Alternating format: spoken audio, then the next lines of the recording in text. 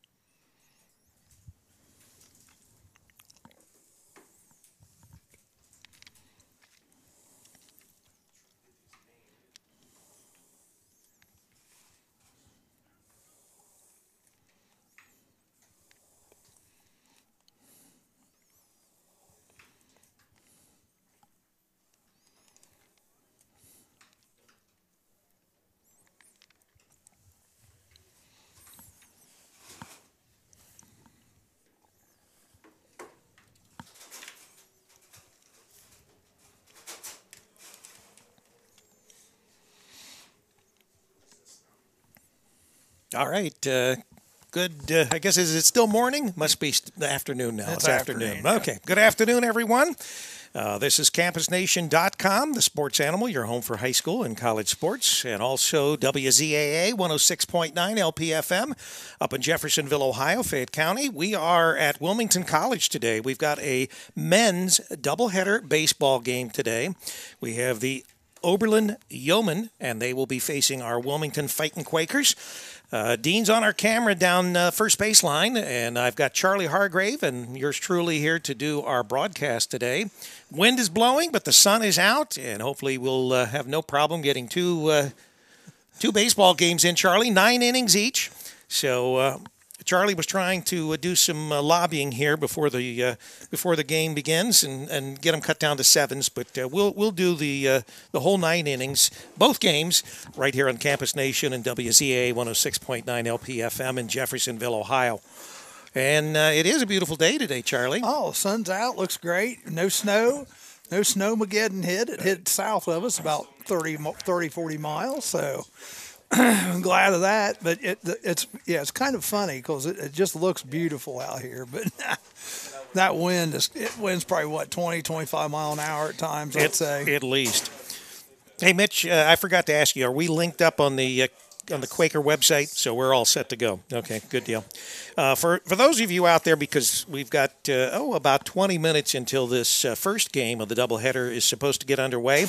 Want to let everyone on our network, especially the Campus Nation network, know that we are going to be starting this week in a complete revamp of the Campus Nation website, bringing it even more up to date, a lot of new features, totally different look, be able to do a lot more things with it. And we're doing that because we're starting to work on getting these digital signage boards, displays all over about a 5-county area, which as a part of the board will be bringing us not only our archived sporting events that we've done here at Campus Nation over the last 5 years, but also when we go live, such as a game like today, all those boards will light up with Quaker baseball, which will be really neat when people are out there and they can actually see what some of our Quaker sports are all about. Maybe come out and actually support these teams in person.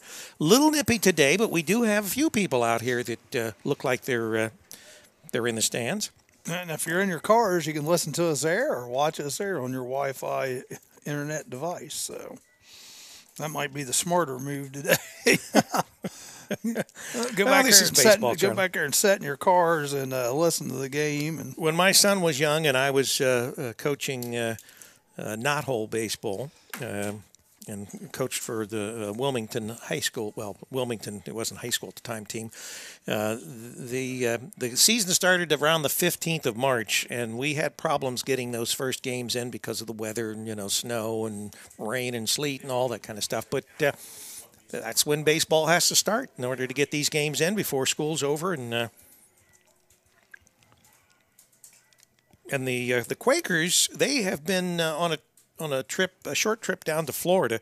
So they started House of Fire. I think, Mitch, you said they were 6-2. Started 0-4. They lost all 4 games to Irwin.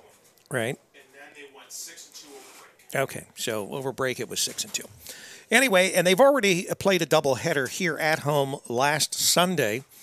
And we will attempt, to the best of our ability, both with the women's softball and the men's baseball, to get just as many of these home events as we can in. We have to sort of balance that with the high schools that we cover in that, but we have quite a few games. They're double headers, and we're just now working on football season, getting all the teams that want us to do some of their games, including the Muskies, not the Muskies, but Urbana. Urbana. is I'm one. talking about another OAC team. Who's the team up in Cleveland besides Baldwin John Wallace? Baldwin Wallace. BW wants us to do a game or two. Our games of the week will be evening games. Other than, of course, the game that we do, there'll be one scheduled football game. And who's that against this year? Our evening here at Capital, Wilmington. usually. Who are we playing at home? Do we know? Is it Capital? Yeah. And that reminds me, I need you have the schedule. Muskingum.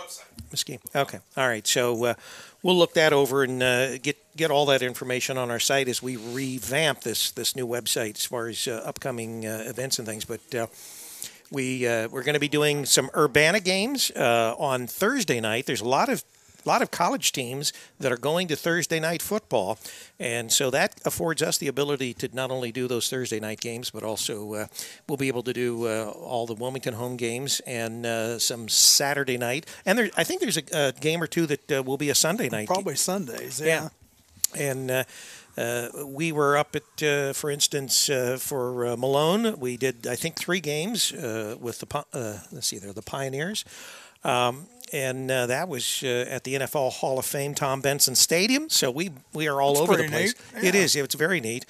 And it just gives all of our viewers and listeners, I guess more flavor when it comes to college sports in particular.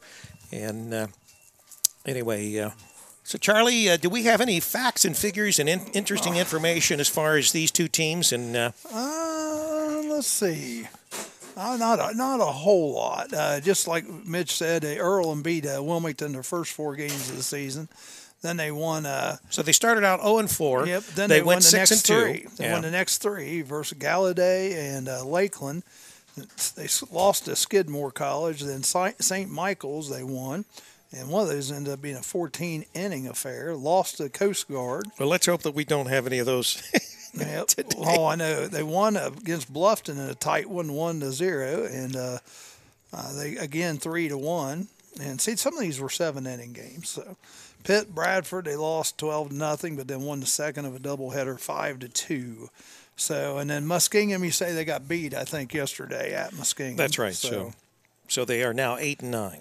Yep, and then Oberlin today, and that's a doubleheader. 1 and 4 are the start times, and then they're at Wittenberg on the 28th, and John Carroll back here on the 30th, and that's a 1 and 4 start 30th. Is that next Saturday, maybe? Sounds Or like is that it. Friday? Friday, yeah. So that's next Friday. There's our live stream. Baldwin Wallace.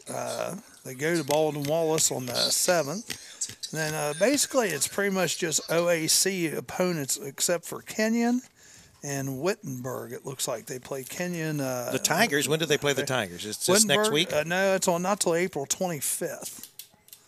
So, and I think that's a Wednesday, if I'm thinking right. That'll be just a single game. And I'm trying to think. I know we've got a trip Monday, sometime after the morning show. Is it Ohio Wesleyan that is in Columbus? They're in Delaware. Yeah. So we're going up to Ohio Wesleyan. They want to sit down and talk with us about some of their football games. We'll be doing that Monday with the SID at Wesleyan. And so we're now getting ready for all that great stuff as far as football. Even though we are in the spring sports season, we have to plan ahead. But Right. hopefully we're going to have 2 great games today as this Oberlin team, what's their record? They're 5-11. Okay. 1 and 4 away and 4 and 7 at neutral sites. They haven't played a home game yet. They've lost to Baldwin Wallace, a doubleheader. They lost to Calvin College. And then That's your alma mater? Calvin College, really? Yeah. Wow. Okay, we learned something today. Where's that at? Grand Rapids, Michigan. Grand Rapids. Oh, home, No wonder he's such a Michigan fan. Now, did you home of Amway. Amway? There you go. Okay. Heard of that for sure. So Mitch is not trying to sell us any Amway Yeah. today. They've Washington Jeff it says number 3. So I'm not sure what that means, but Give me 1 second. anyhow, they won one and got beaten one there. St. John's they split a doubleheader with. Wesleyan University they lost. Buena Vista they lost. Hamlin University they won. At Carroll they lost Carroll University and lost to Carleton Universities twice. Wisconsin Superior they won. Then the last game they played looks like was the 21st, and that was a barn burner. They got beat 28-12 in a baseball game. Wow. Speaking of alma maters, I've got 2 Beaver Creek grads here on the Fighting Quaker starting lineup. Well, starting lineup, the On their team, yeah. Keith Hayes and Daniel Hayes. I'm assuming they're probably brothers. One a sophomore here. Twins. Well, then they can't. Let's see. One is senior, and the other is have to be a senior. Yeah. Okay. I was going to say if they're twins. What's their names? Hayes. Oh, there they are. Okay, I see there one. I thought we're in alphabetical order. We're numerical order, so that's good. That's right. Yeah. We also got some local talent. I saw Hillsboro, Jesse Walker, a sophomore, and Lebanon, little Miami, Alec Robinette. Our broadcast area up there, we got a Greenview Ram on the. Kendall Vilvins. Speaking of from, Greenview Lynchburg. Ram, I talked with Jeff Craycraft last night. He was in Atlanta, Georgia. He went to pick his mother up.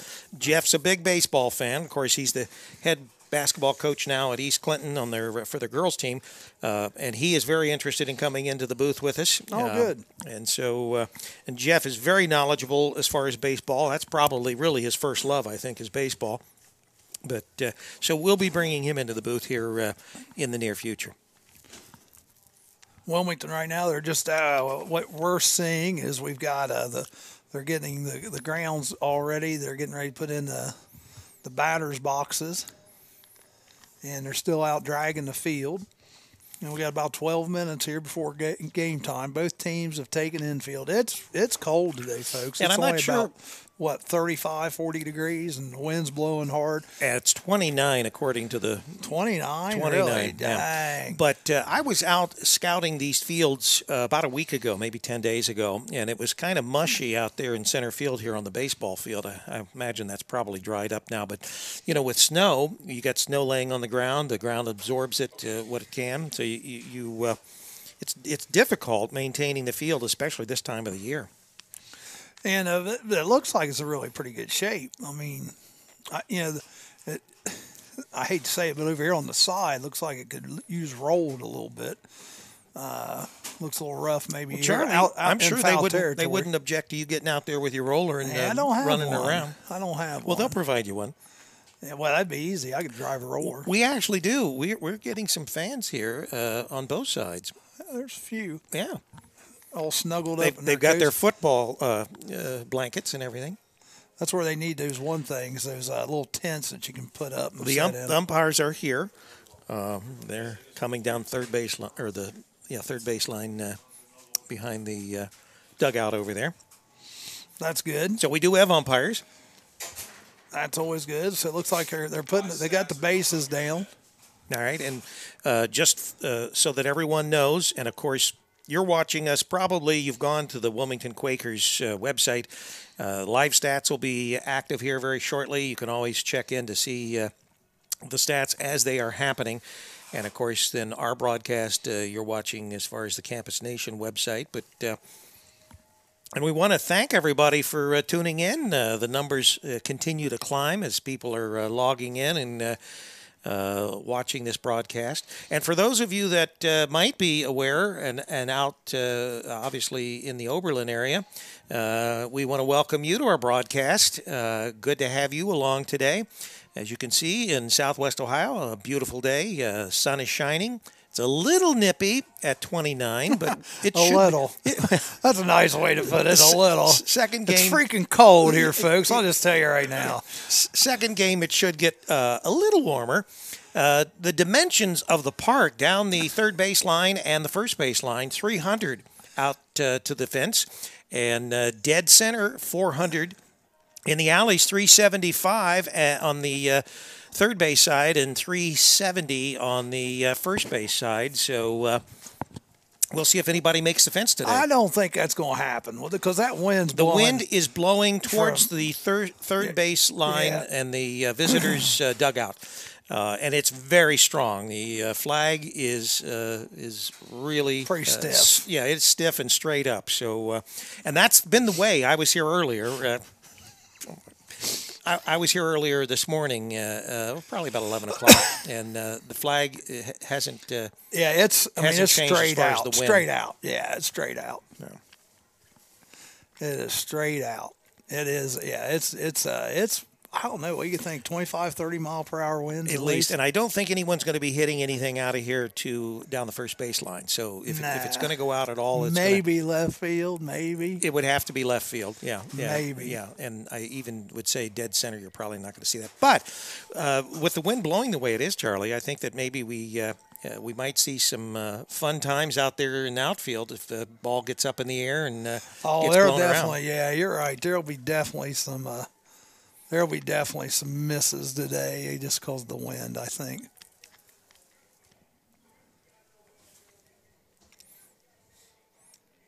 And the ladies were in action for a doubleheader yesterday. They dropped 2. And who was that 2? They lost to Muskingum. Muskingum's only lost a few games. One game. Innings, and we've never beaten Muskingum ever. Muskingum, solid girls softball team this year. At Albion? At Albion, Michigan. In Michigan? Yes. The girls traveled to Michigan to play? The women, yes. Yeah. Who set that game up? Coach. Oh, I was going to say because they would be under their breath talking about you if that was the case. Because I can imagine it's probably a little colder in Michigan than it is right now here in Southwest Ohio. I would think. I tell you what, I don't know if my depth perception's off, but I don't know. Does that look like that's all straight with the mound? I guess it is. But you mean the batter's box? Yeah, I mean, it just kind of seems like it's. I don't know. Maybe it's just from where we're sitting, but it looks like it ought to do this. Yeah. Well, I don't know. Is that the way you're seeing it too? I mean, does it seem like that? Or the perspective, and our viewers are watching this, the perspective right now behind home plate is what Charlie is talking about. And if you look at the way our camera's placed, and Charlie's sitting to the left of me and to the left of where this camera is. It almost looks like it's a little off. When you look at it, it does look, but that's just the perspective. I think both camera-wise and everything. We'll go down the... this is the side that you can see for our viewers from the first baseline and would be the Quakers dugout. That's where Dean is. Dean the Machine Thompson running. Dean is down. And, ultimately what we would like to do and what we will do in the future is we'll end up with 4 cameras when we do any sporting event here at the college. So we'll have a camera at each dugout, and we'll have a camera behind the plate as we do, and we'll have one that we can switch on and actually you can see us. Not that you might want to see us, but on us or out in center field. No, we'll call it the Ego Cam. No, nothing out in center field. I can imagine a poor guy out there in center field. We do have the ability with the setup that we do wirelessly to be able to connect all the way outfield, but I can't imagine unless we put some kind of platform up. You'd have to be. But there are some viewers, as far as fans, that are out there in center field and dead center field right now. They're out there and getting that perspective. Yeah, they are tailgating. They're confusing this with football. Yep, that's all right. Hey, that's really the place to park if you come here. It's a nice view from back there. Well, Charlie, you were asking me about heat, and the grill is in here. I just figured we'd fire that up if we needed any heat. Just that way we'd kill 2 birds with 1 stone. We could cook up some hamburgers and hot dogs, and we could at the same time warm up. Man, now you're making me hungry. We're going to be here for a while. We're doing that stuff. Jeez. Well, Dean didn't drive, so we can't send him out between the games for food. We wouldn't want to do that, AM. But we will tell anyone that's out there that's watching or listening that would want to bring us anything to eat between games. That's fine. Yeah, that'd be awesome. That'd be awesome. Also, the morning show every morning, 7 a.m. to 10 a.m. at Jeffersonville Studios, Monday through Thursday, and Friday we're in Wilmington. So that's right. Just throwing that out there. Yeah, new studios in Wilmington probably will officially open around the 2nd or 3rd of April, and. That we will start doing the morning show from Wilmington every day, at least for the foreseeable future. Not changing anything in Jeffersonville. We'll have Jeffersonville studios as well as Wilmington, Ohio studios. We're doing that because we do so much work here in Wilmington, and it's a lot more convenient. Yeah, for most of the people that live here in the area. Right now, they're driving 25 miles up to Jeffersonville. It's not really a haul. No. Yeah. It's only 17 for me. 16, 17 is not bad. Yeah. Yeah, it's we're getting ready to get going. They're having the meeting out there at the at home plate, and this is a first, and we haven't really mentioned that. This is a first for Campus Nation and, of course, WZAA. We have never done Fighting Quaker softball or baseball. Right. We've done football for several years. We've done basketball, both men's and women's, for several years. But this is a first, and we are excited. And I must say, everybody is just chomping at the bit, waiting for spring and summer. And man, it can't come quick enough. Well, we're starting it right here. Yeah. We're starting it with baseball. Temperatures are supposed to be better this week, but I think we got a chance of rain just about every day. That's the only thing bad about it. Coaching for Wilmington College, the head coach is Dan Cleaver. He's in his 4th season. The assistant coaches are Danny Thomas, Mark Chafin, Terry Doman, Riker Miller, Kevin Chafin, and Jackie Cleaver is the administrative assistant. And then for the Oberlin Yeoman, we have Adrian Abrahamowitz.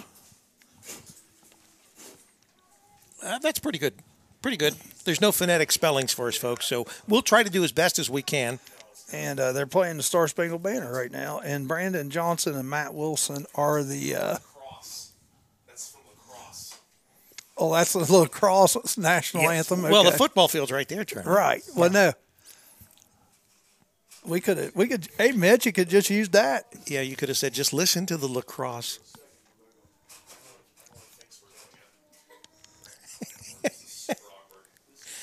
You just missed your big chance to sing it. See, these people are standing over here. What's that? I know.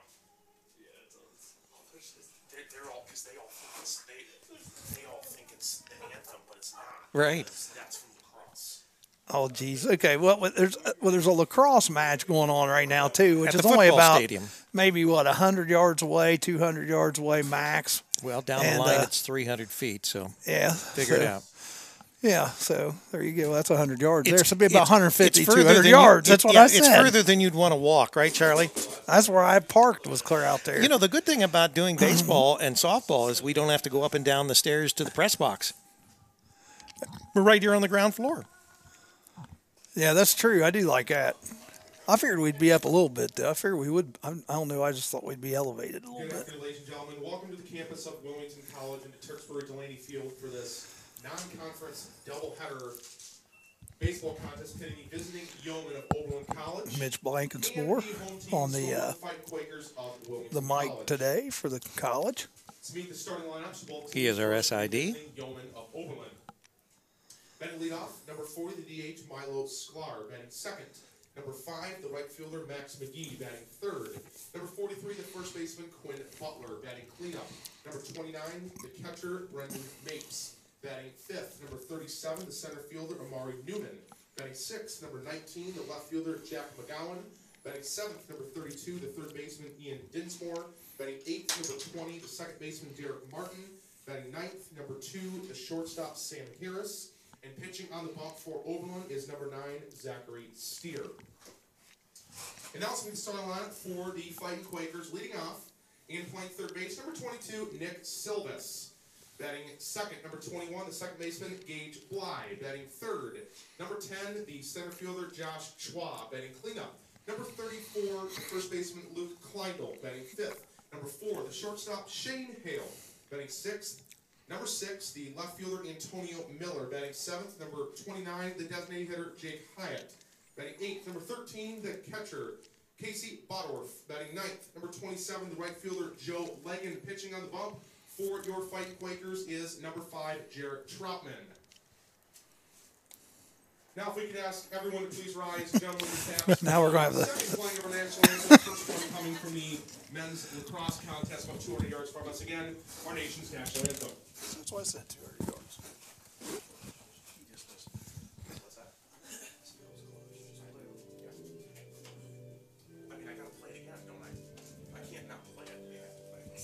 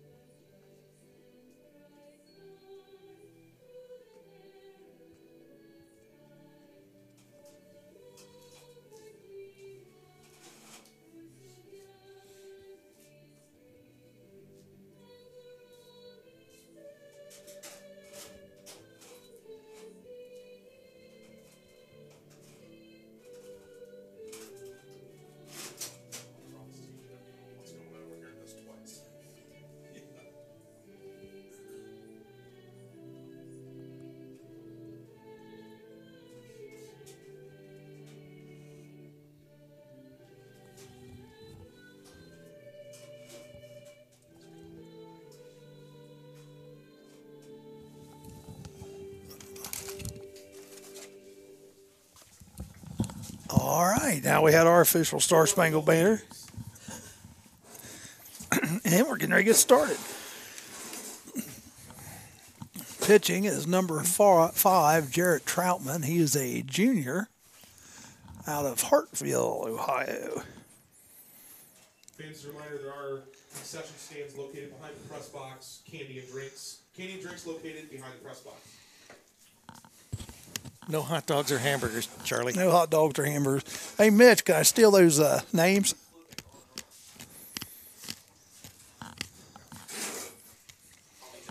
Yeah. He will.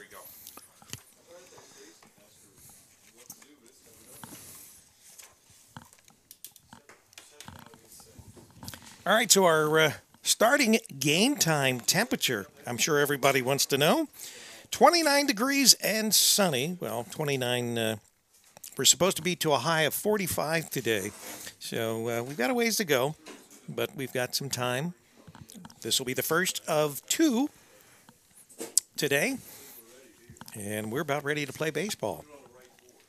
Just about, aren't we? Mm-hmm. It shows up for about 2 minutes and then blips off. A lot of brave young men out here. Oh, man. It's cold. Charlie, you ever play any baseball? Played a lot when I was a kid, yeah. Played a lot. You umpired a lot, too, Yeah, didn't you? umpired, played, coached it, done it all. Leading off the top of the first inning for the Yeoman, number 40, the DH, Milo Scar.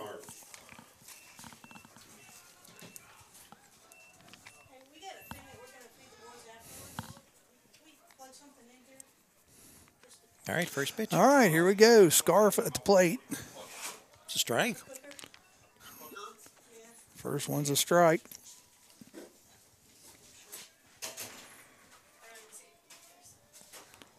Second pitch low down in the dirt.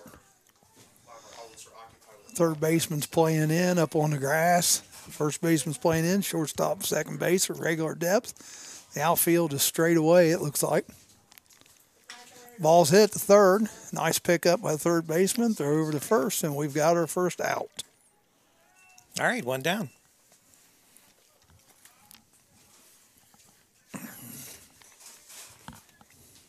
Now batting for Oberlin, number 5, the right fielder, Max McGee. Max McGee, the right fielder, coming up. Yeah, if you really need one, we can probably make one work right in the center, but I prefer not to do that. So, all right, yep. All right, so we have one out. Second batter up. First pitch is high to McGee. This is the first game that Dean has done as far as baseball. He's not doing a bad job so far. Second pitch goes back here to the backstop. Looked like it hit the plate. Yep, it was a little low.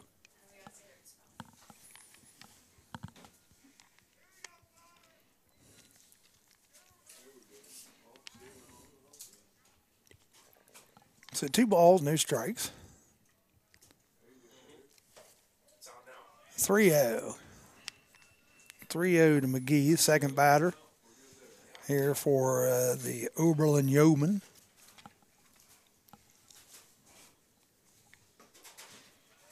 Strike in there, taken all the way was McGee. 3 balls, 1 strike.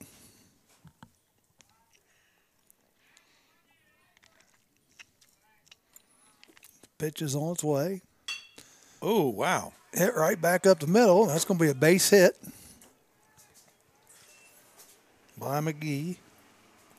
Pitcher had to do everything he could to get out of the Galloway, yeah. Yeah, that was fast. Butler coming up. This is a big old boy here. He's probably about 6'3", 6'4", maybe. What do you think?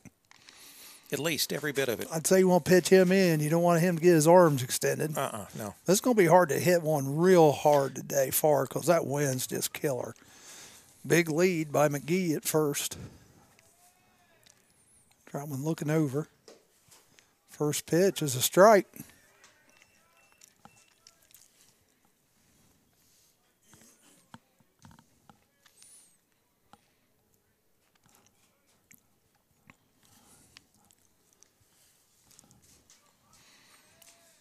Inching off a little farther is McGee.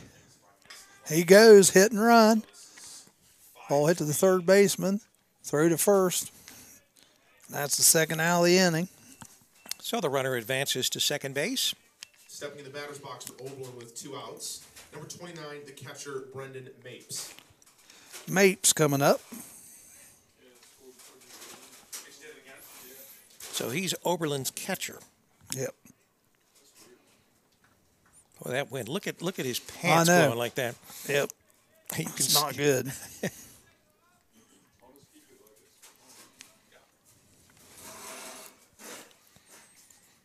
Oh, big curveball for a strike. Nice pitch.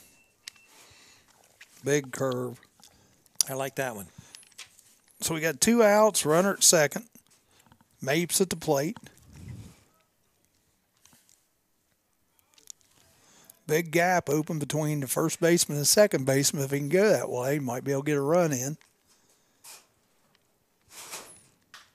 Fouled off to the right side. Looked like he was trying. Yeah, well, that'd be the smart move if he can do it. Want to remind everybody, you're listening to WZAA 106.9 LPFM in Jeffersonville, Ohio, Fayette County, for those of you that aren't familiar. And also campusnation.com, the sports animal, your home for high school and college sports. Runner at second. High. Yeah, way high. 1 ball, 1 strike.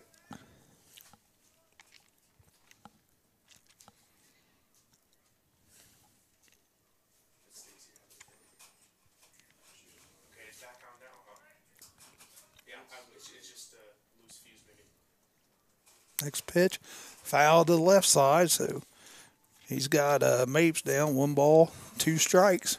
Runner at second. McGee got there via base hit and went second on the fielder's choice.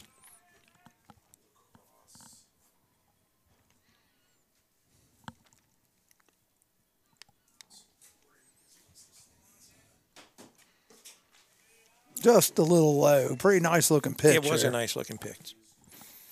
But as you said, just a little low. So 2-2. We're here in the top of the first inning here. Runner on second. Oh. Curve stayed up a little bit. Full count. Would have been hard for me to lay off that one.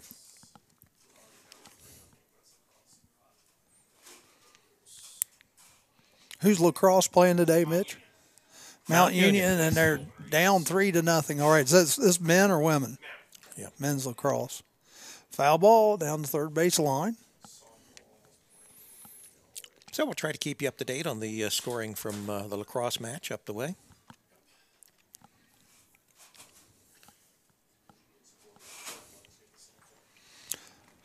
So we have full count here. 2 outs, runner at second, and the top of the first.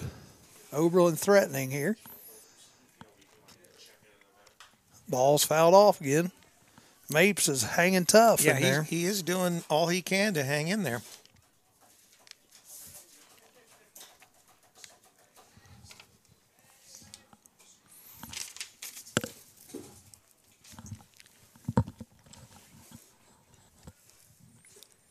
Let's get him right here. Takes a couple little warm-up swings.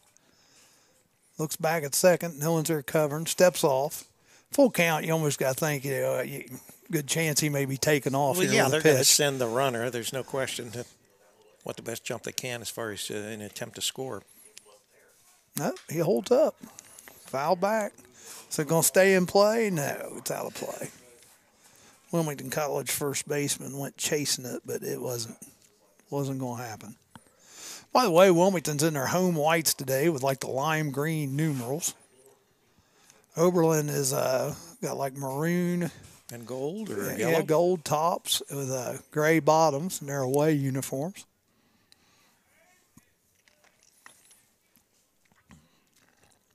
Full count, pitch again. Ball's head into right field. That's going to be a problem, maybe. Nope. Right fielder camps under it, and that's their third out.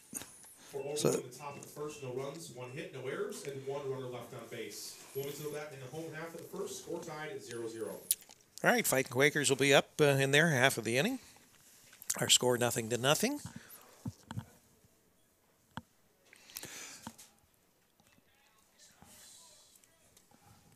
Yep, and I tell you one thing I like about college baseball, man, they get on and off the field pretty quick. The infielders are already out there for Oberlin. I don't see the outfielders yet. One thing that's bad about high school, it seems like they got to have a little meeting every time before they go out. It's just like, go out and play ball. Yeah, it's a cold day. Let's keep it moving. Which on the Wilmington College pitcher's behalf there, Troutman did seem to keep it moving. He kind of hesitated a little bit when he had the runner on second, but that's understandable.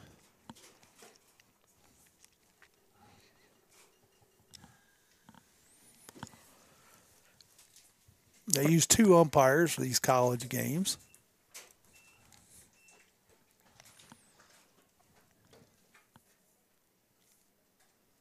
Yeah, you've got your umpire behind the plate, then you have your umpire who moves around at times depending on the right where the runners are, if there are runners on base and that. Pitcher for Oberlin is a left-hander.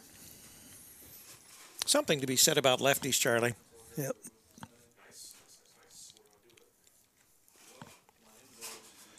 Steer is his name.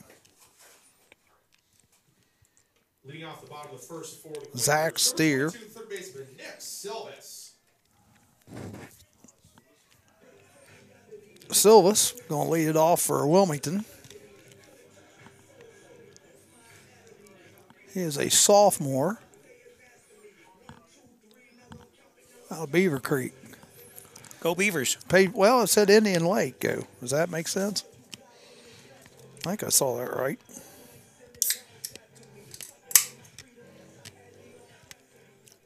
Well, Beaver Creek, Ohio, Indian Lake High School. Yeah. So he's from Beaver Creek.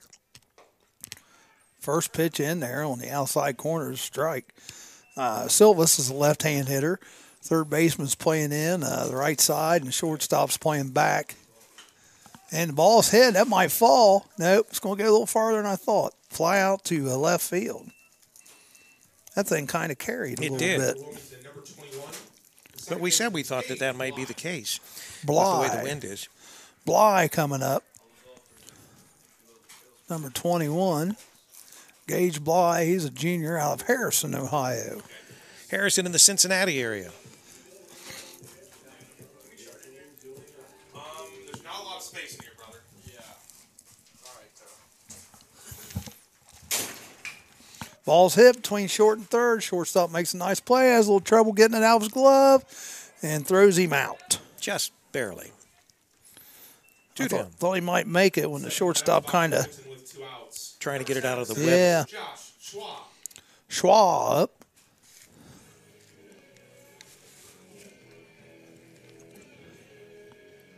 Schwab is a senior outfielder from Lancaster, England, and Claremont, California. It's funny, Oberlin guys are out there dancing around out there trying to stay warm. First pitch, strike. I tell you, I like this pitcher for Oberlin. He comes ready. You better be ready to swing the first pitch because he's going to throw you a strike. Fouled back by Schwab. So he's quickly down 0-2. There's no one on base. We've got 2 outs. Bottom of the first inning. Shortstop looks like he's doing a little tribal dance out there right now. Well, it is cold. 29 degrees still. Yep, ball high there to Schwab. Schwab. Kind of like that name. You like that? 1 ball, 2 strikes. And the ball's hit right to shortstop. And ground out 6-3. So 3 up, 3 down for the Quakers. Wilmington in the bottom first. No runs, no hits, no errors, and no runners left on base. After 1 complete, we are scoreless. So after a completed inning, 0-0. You're listening to Fightin' Quaker baseball action right here on Campus Nation and WZAA. Newman, McGowan, and Dinsmore are coming out. Looks like the whole bench for the Quakers is running out and touching the 370 sign and then coming back and running back. Coach probably doing that, just keep them a little bit loose. You never know when you may have to get in the game. Right. Yep, don't want to pull anything. That's what we have to do.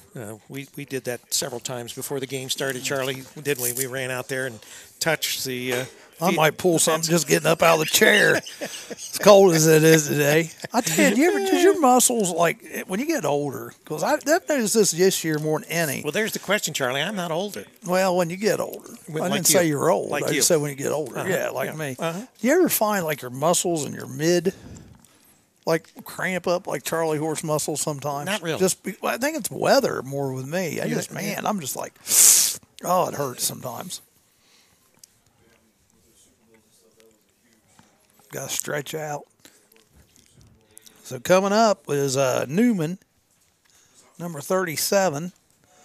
He is a sophomore from Washington, D.C. Gonzaga College High School. That's what it says. That's interesting. That's what it says, actually. Gonzaga College High School. All right. He's a big, tall guy, too, He about is tall. 6'2". First pitch. Strike. What do you think of this ump? He's got a pretty big strike zone. You're going to have a Very generous. You're going to have a big one today when it's 29 degrees out. That's speaking as an umpire. That ball down and outside kind of looked like maybe a slider there. Kind of tailed away on him. 1 ball, 1 strike. Pitch on its way. Fouled out of play down the right side. 1 ball, 2 strikes. So Troutman's got him where he wants him now.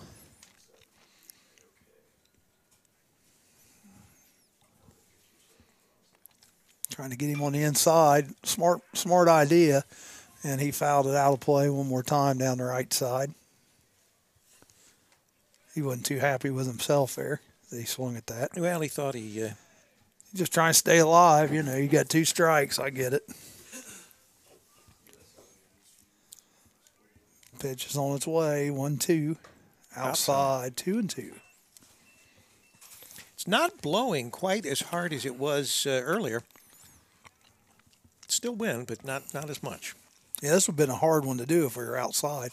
Strike 3. Nice. Like a changeup there he got him on.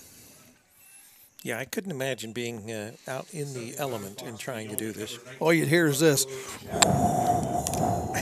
That's all you'd hear. Next hitter up is 19, McGowan. He's a left-handed hitter. Jake McGowan. He's a junior outfielder.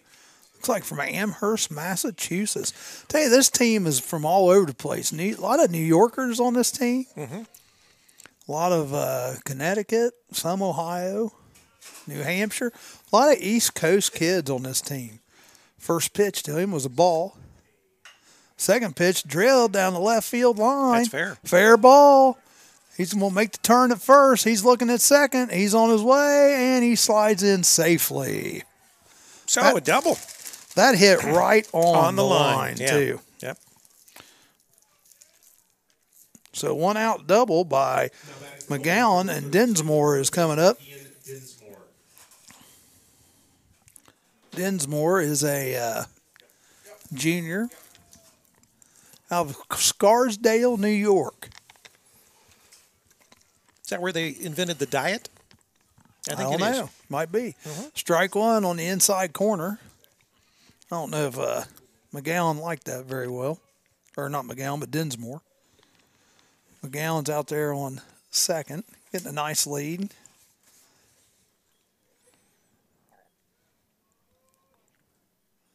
Pitch to the plate. Ooh, nice looking pitch. Close. Must have been just the inside. I thought that was actually a better looking pitch in the first one he called a strike, but 1 ball, 1 strike. Nice. Little curve ball. 1 ball, 2 strikes.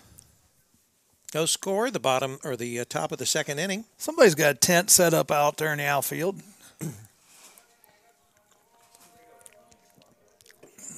See, that looks like a hunting blind. Ball's hit. That's going to be a base hit. Maybe hit the third base, a little slow roller. And nice play by number 34, Klein, at first base, not let that ball get by. So then McGowan stayed at second. Number 20, the second baseman, Derek Martin. So the second hit of the inning? Yeah, I would rule that definitely a base hit. Yep, definitely a base hit. So we got runners at first and second. 1 out. Strike. Strike on the outside corner. This is Martin up. Martin is a junior. It looks like from Amherst, Massachusetts. Next one is fouled off. I made sure where I parked, the netting was very high back behind the. I'm behind the bus, so if somebody hits me, they I guess I deserved it. I mean, that would be a crank. No balls, 2 strikes to the batter. Runners at first and second. Oberlin's got something going here this inning. Pitch is on its way. Strike three. Nice pitch. Painted the outside corner on that. That's what we needed. Well, and you know, both outs have came via strikeout this inning. So runners at first and second, 2 outs.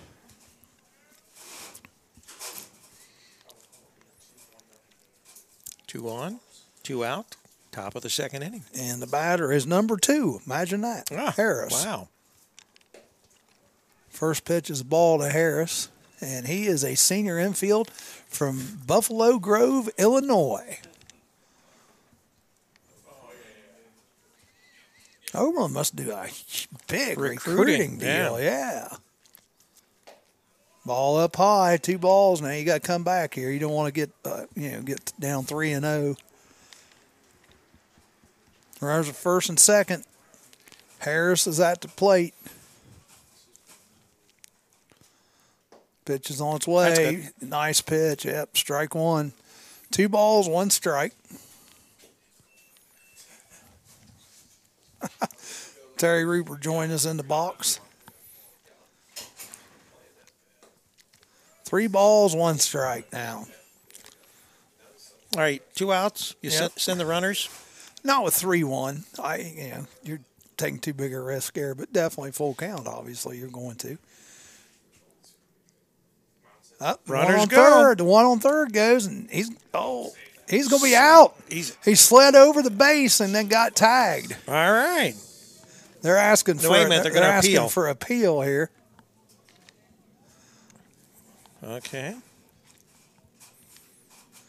I guess they're going to ask the other umpire if he. So no one is going anywhere yet. They're going to ask the home plate umpire if he saw something different. And they are calling him safe. Okay, well, wait a minute. It ended up being ball 4, so it didn't make any difference on the steal. Uh-huh. Okay. All right, yeah, because he was out because he come over the base. When he went over the base. For the Yeoman, number 40, the DH, Milo Sklar. All right, so still 2 outs. We have a runner at third base and a runner at second base. Bases are full. And a runner at first because it was a walk. Sklar, his first time up, grounded out to the third baseman. Ball outside. So Oberlin's got it cooking here. The bases are juiced, and Sklar is at the plate. Big opportunity in the top of the second inning for Oberlin.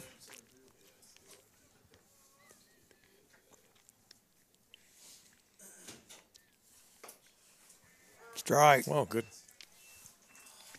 Outside corner. I tell you what, that's 2 or 3 times the catcher hasn't got the ball back to the pitcher. I'd be yelling at him if I was a coach. I think the coach is yelling at him. Give him a good throwback.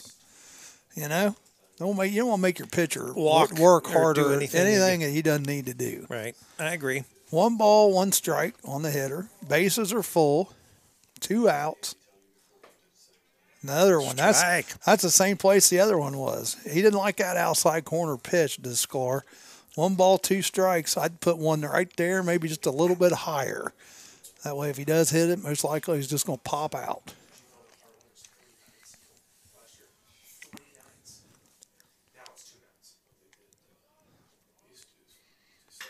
Line drive. Oh, in the gap. 1 run's going to score. 2 runs are going to score. Maybe 3 runs. Looks like 3 runs are going to score. 3 runs are in for Oberlin. Base clearing double by Sklar.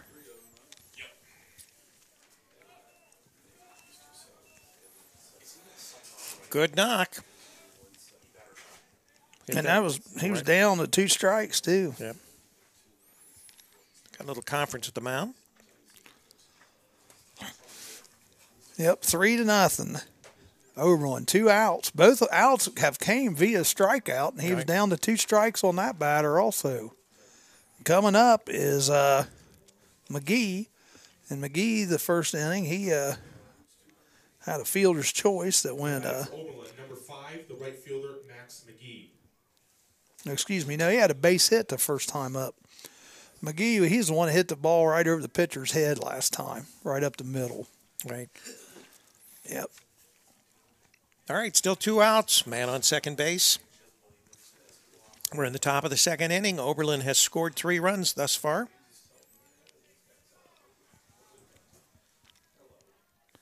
Yep, runner at second, first pitch. McGee, his second time at the plate, and his many innings. First one's low for a ball. That's clutch hitting by Sklar. That was clutch. Man, right in the gap. And with 2 strikes. This umpire is really consistent. Yeah. You know, as far as his strike zone, it has not varied.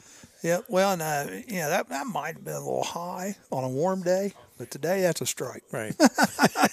I mean, if it's close, you better be hitting. And I bet both umpires probably told him that. I've had umpires do that when I used to coach. You know, if it's close, you tell them be swinging. Yeah, because the zone was going to be pretty big. That's foul out of play to the right side. So 1 ball, 2 strikes on McGee. Let's see if Troutman can put him away here.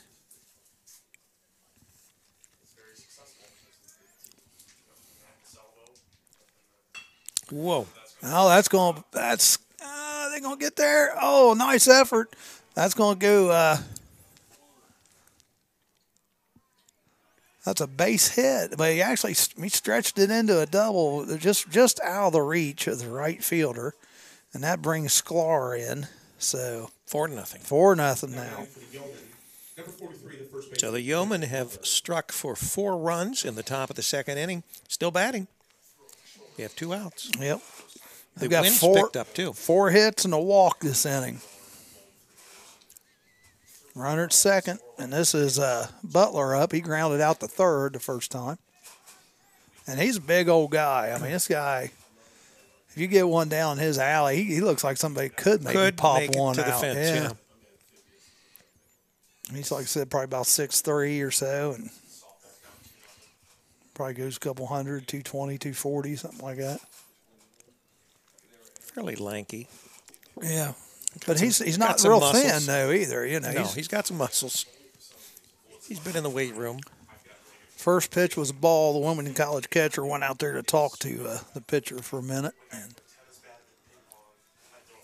must have saw something. Second pitch fouled, out play, right side. 1 ball, 1 strike. The Butler.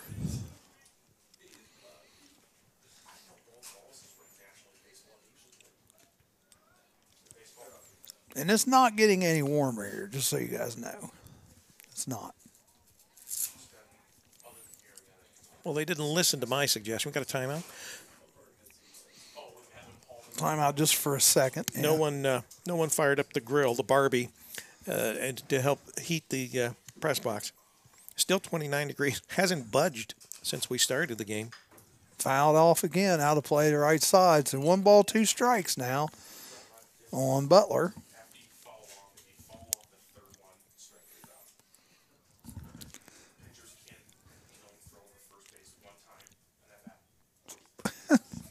Mitch is creating his own rules here. That's right. His own cold weather rules. It's pretty funny. I can't say I don't disagree with him.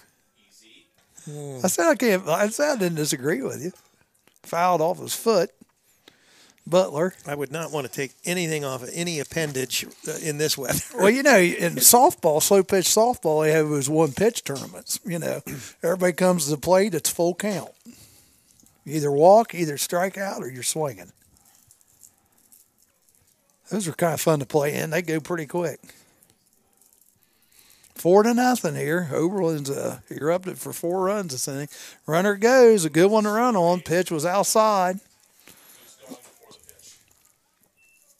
Stolen base. All right. So now runner at third. 2 outs. And I can't think of all the ways, but that means there's like 7 more ways. It makes it easier to score from third than second with 2 out. Ball's hit. The second baseman should be a routine little play here. Oh, he made it hard, though. Made the first baseman scoop it out. The second, 4 runs and 4 hits, no errors, and 1 runner left on base. Quakers with that in the home half of the second inning, trailing 4-0. So you're listening to Fightin' Quaker Baseball, the first of 2 today on this very sunny Sunday, but very windy and very cold Sunday. Yep. You're listening to WZAA 106.9 LPFM in Jeffersonville, Ohio, and also on campusnation.com, the sports animal, your home for high school and college sports. So Oberlin so far 5 hits in the 2 innings. And I tell you what, Wilmington went down quick the first inning, so we'll see what happens here. They were 3 up, 3 down. The first batter coming up for Wilmington is number 34, Luke Kleindl. He is a freshman out of Goodrich, Michigan. Goodrich, Michigan. I thought I was going to say Good Mitch, Michigan. Leading off the bottom of the second for the Quakers. Number 34, the first baseman, Luke Kleindl. So where's Goodrich, Michigan at, Mitch? East Side State. East side, he said. That would So be this on the cold weather lakeside. shouldn't bother him.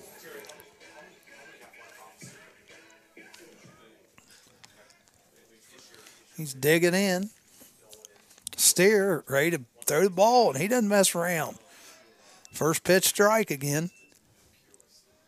Swinging was Kleindl. Second pitch, low. 1 ball, 1 strike. I like the way this steer works. He gets the ball and throws it, doesn't he? Well, it helps with a 4-run lead. You can really Well, he did that keep the it first moving. inning, too. Ball's hit. Nice. Down the third base line. That's fair. That's got a chance for two. Let's see. No. I'll hold him up. That grass really slowed the ball down. So If this was a turf field, that thing would have been to the wall, and he'd been looking at 2. But nice, solid base hit. Wilmington's first hit of the day. Hale up for Wilmington now. He's a junior infield out of New Lebanon, Dixie. Hits at the third baseman. Good chance for double play here. They get 1 at second, and that'll be all.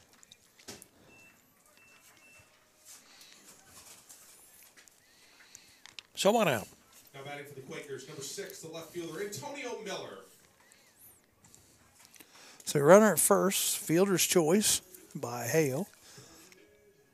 5-4 for scoring at home. Runner at first pitch is fouled back. This is Miller up, Antonio Miller. He's a junior outfielder out of Cincinnati. Went to Northwest. So runner at first, 1 out. And throw him over to first. I could have got back on that one. He wasn't that far off. Hale's on first by the fielder's choice. Second pitch is popped way up in the air. Could be trouble with this wind.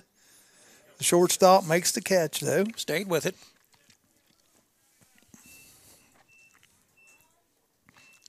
So 2 outs, and Hyatt coming to the plate for Wilmington College. He's a junior from Madeira, Ohio. Cincinnati area, for those of you that are not familiar with that. I want to welcome all the Oberlin fans that are watching today's broadcast. Strike 1, nice pitch. I like his steer. He just comes right at you. You like playing behind a pitcher like that too, because you got to keep on your toes. Keeps you on your toes. Yep, fly out. Should be a fly out to right field, and it is. So that's the 3rd out after 2 innings, 4-0. Wilmington did get a hit that inning, and they left 1 on base.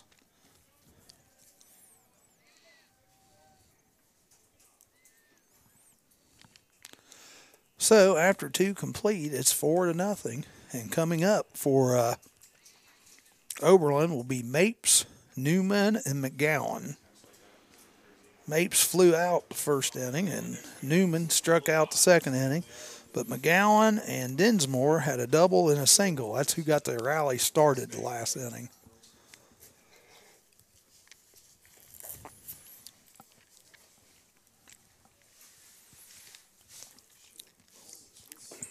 So, Charlie. Yes, sir. Basketball this evening. Who you got? Well, let's see. It's Duke and Syracuse, right? Kansas. Okay. That's right. Syracuse is out, aren't they? Duke beat Syracuse. That's right. Duke and Kansas. I'm going to say Duke. Duke and Nova. What you got? That's what I would agree. Yeah, Duke and Nova. But I've been so wrong during this tournament. It doesn't really. You're not the only one. Yeah. A lot of people have been wrong. I had the left side of the brackets being the heavy side as far as all the powerful teams, and it's not the way they went downhill pretty quick. First pitch, fouled back, goes out of play.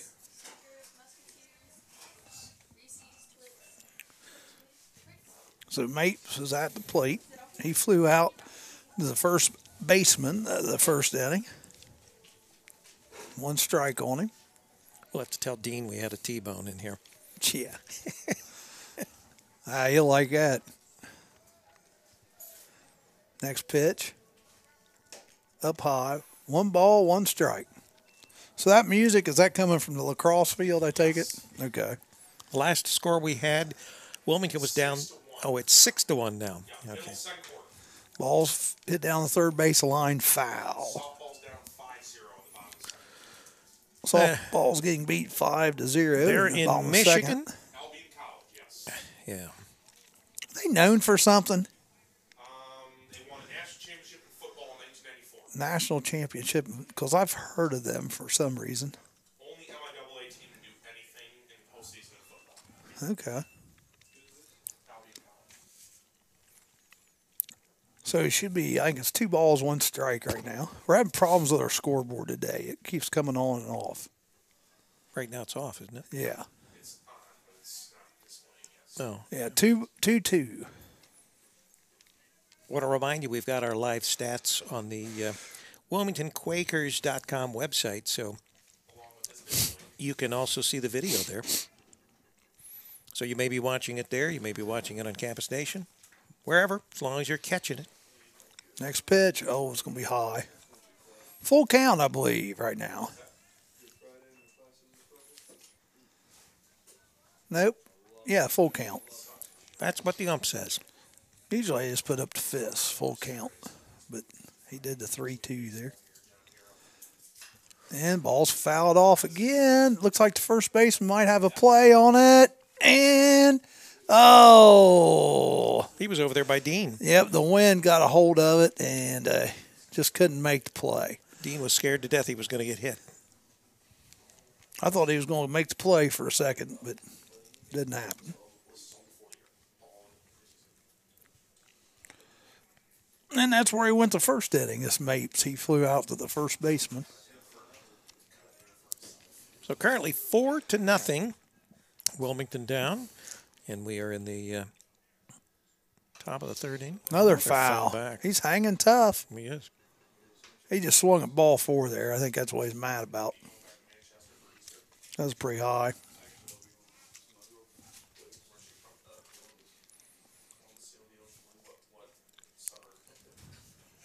Next pitch. Foul again. It's like the 4th foul this at bat. He is fighting. He is fighting.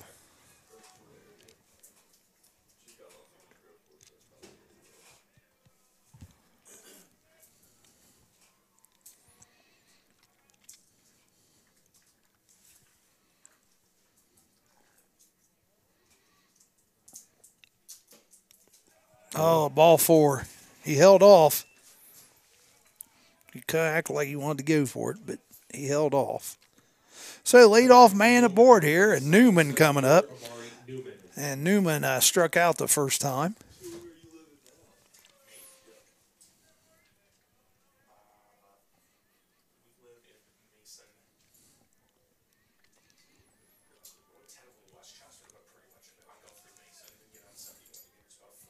So runner at first. Newman, big tall kid. Oh, squares up the bunt, but fouls it behind the backstop here.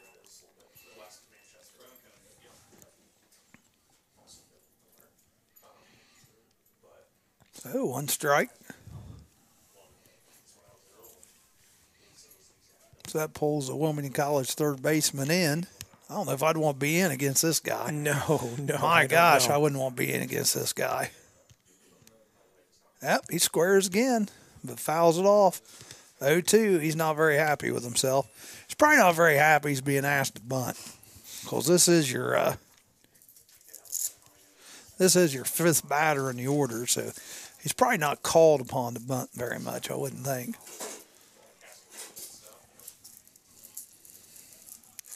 Runner at first, no balls, 2 strikes. Throw over to first. Runner's back easily.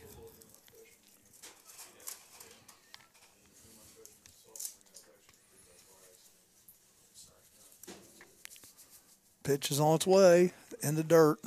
1 ball, 2 strikes.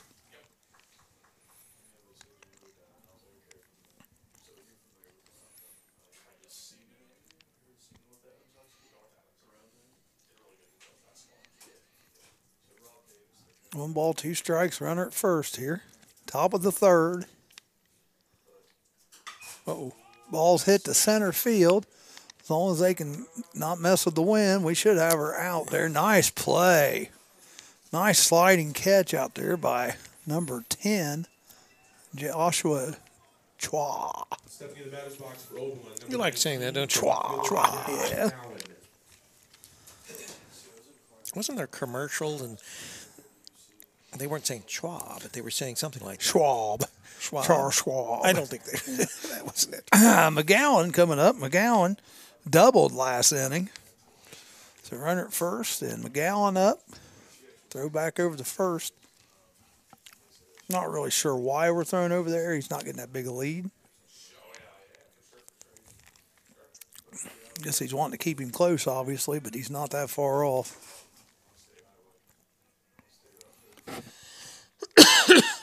Next pitch. Pitch is on its way. Oh, it's low. He bobbled it. Oh, dang. They had him thrown out at second. The catcher was there. And, yeah, the second baseman did not come up with it.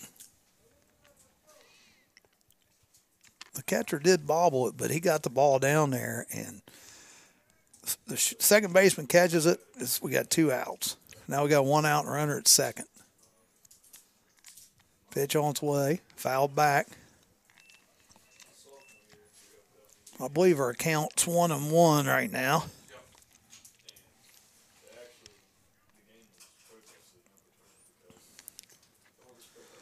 The batter is a left-hander. The pitcher is a right-hander.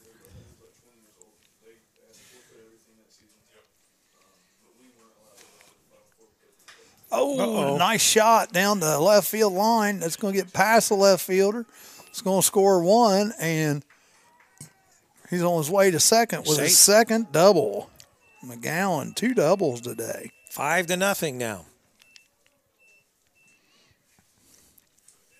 Now batting for Oberlin, number 32, the third baseman, Ian Dinsmore.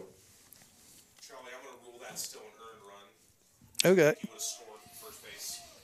Yeah. Yeah, I agree. That's going to be an earned run.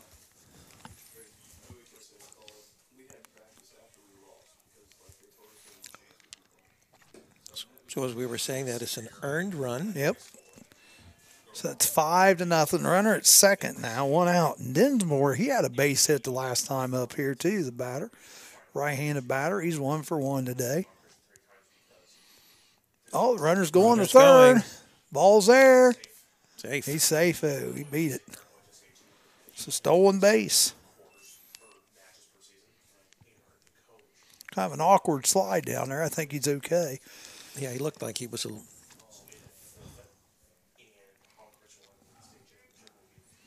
So now we got a runner at third, 1 out. Infield is playing in. Ball is hit to center. They should be able to tag on this.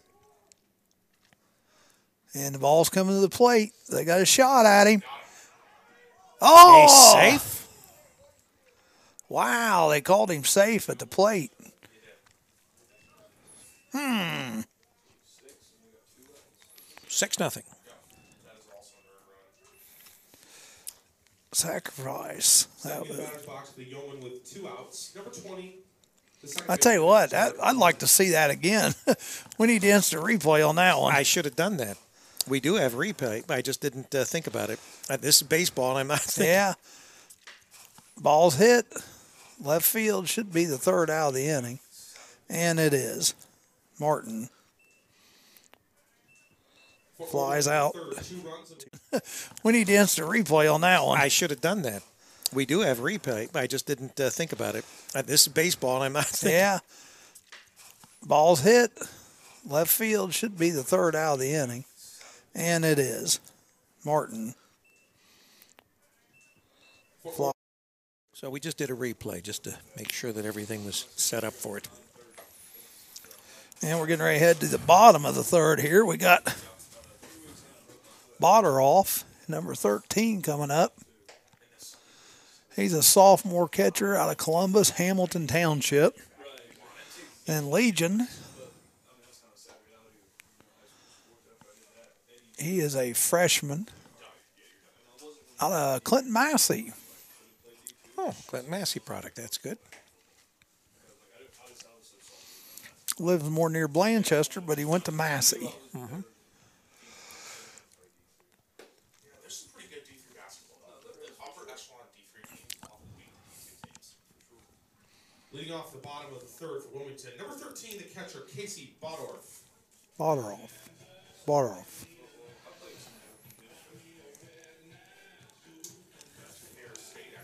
All right, Quakers up in the bottom of the third for their time around. They're down 6-0. Need to get a little rally going here. Need to start clawing back into it. Nice hit. That's going to be right. Is it going to get over him? Oh, nice play by the right fielder. Man, he hit that right on the screws. Yeah, I thought it was up and over his head, but fly out 9. He hit that well. That's 4 or 5 feet to the left. That's going to the wall. Lagan coming up.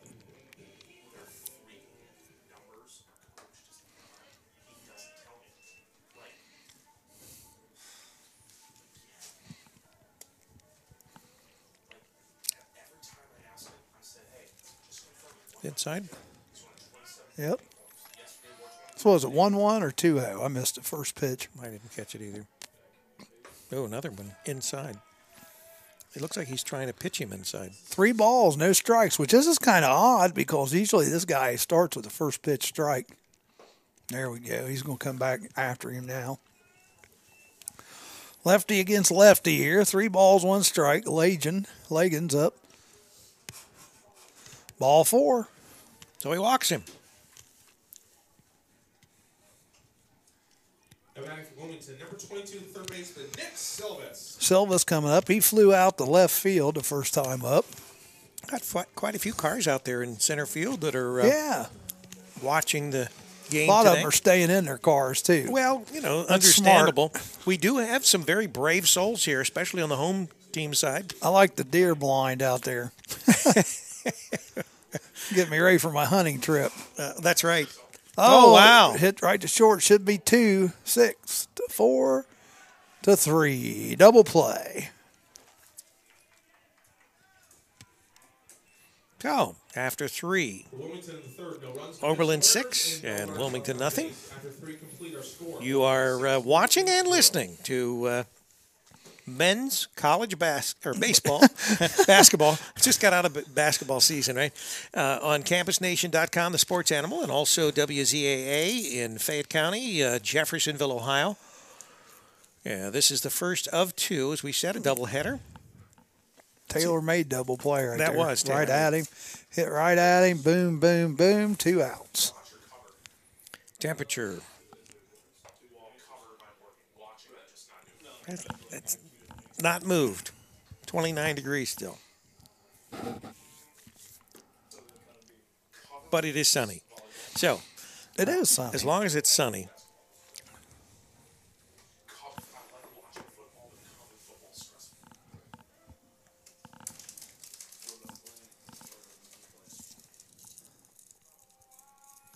What did I play?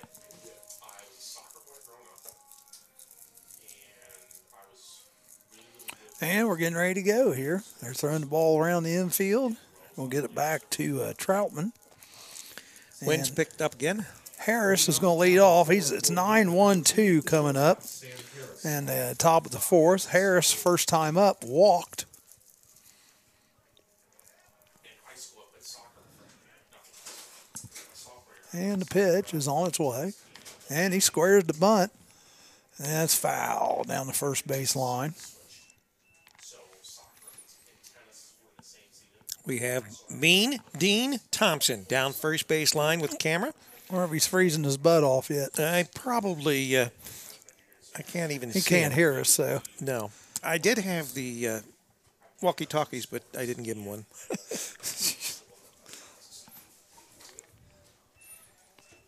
Be just our luck we give him one. He's going to be interrupting the broadcast Yep. every 5 seconds. I'm cold. Oh, ball hit hard down the first base line in the right field. So base hit by number 2, Harris, to lead off the 4th. Now batting for the Yeoman, number 40, the designated hitter, Milo Sklar. Sklar had a big hit last inning. He cleared the bases. In the second, yeah, he had a double. Went to the right center field gap there. So nobody out. Sklar coming up. I averaged 200 my senior year. I did a school record for, I had through a 290 a match one time. Runner at first. Pitch on the way to Sklar. Good. Strike 1.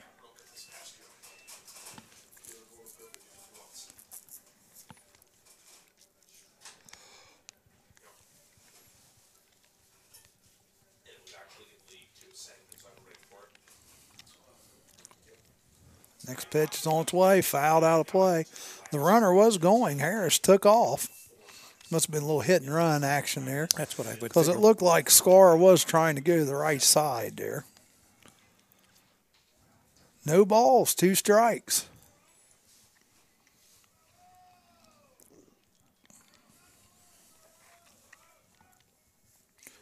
Harris getting a nice lead over there at first. Doesn't go anywhere. The ball's hit to left field. Oh, he lost it in the sun. So it's just going to go as a long single. If it hit him, that's going to be an error. Yeah, I didn't see it I don't touch think him. it hit him. I think it's All right, I'll put a single for now. I might change that. all right. Well, Well, I'm okay either way. You're not going to bother me. Now batting for Oberlin, number 5, the right fielder, Max McGee. Sklar hit that to left field. And we said at the beginning of the game, there's going to be some balls like that today. well, I think that was as much sun as it was wind, but Yeah. the wind could have affected it as well. McGee up. You got he's 2 for 2. This McGee is. He's got a single and a double. Oh, throw back to second. He's safe. So 2 runners on. Charlie, I changed that to an error. Okay. Because I thought it hit him in the glove. Our coach can change that if he wants to, but I'm going to go as an error for now. That's fine. Squares the bunt. Fouled.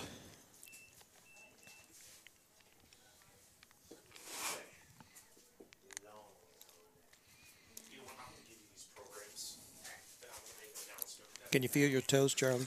Barely. Barely. Really, I'm not too bad. Just my face. And I got my mask in the car. I may go get it between games. So is your face hurt? Is that what you're saying? It's just cold. My nose. Your nose. 1 ball. I think it's 1 and 2. Ball. Guy's taking off, going to third. Safe. He's safe. Yeah, double steal there. Kind of caught them flat-footed. The runner at first would be at second with no errors, and the runner at second would be out. Because I don't know if you know that when you're determining earning on a run, you have to reconstruct the inning as if there wasn't any errors. Runners at second and third. It's outside.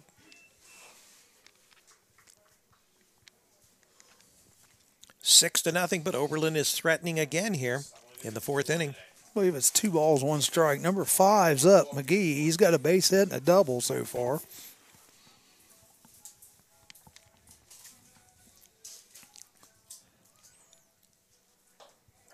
Pitch outside. I believe that takes it to 3-1 now.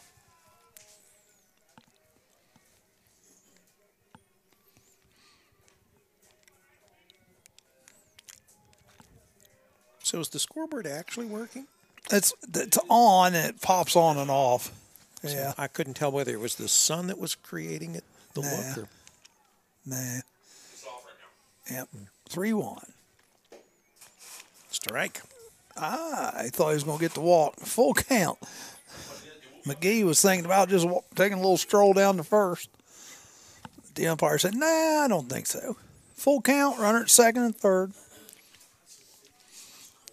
Nobody out. Wilmington College does have somebody in the bullpen getting him loose. Way outside. All 4. So that loads the bases up. All right. Bases loaded. Butler coming up. He is fielder's choice to the third baseman and then grounded out to second.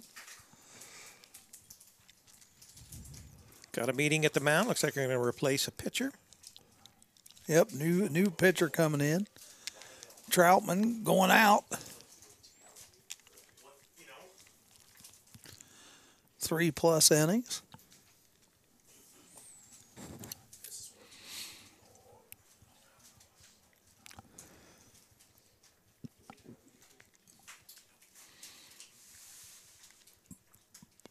So we're going to have warm-up pitches. Number 1 coming in to pitch. Logan Broft. He's a freshman pitcher out of Ross, Ohio.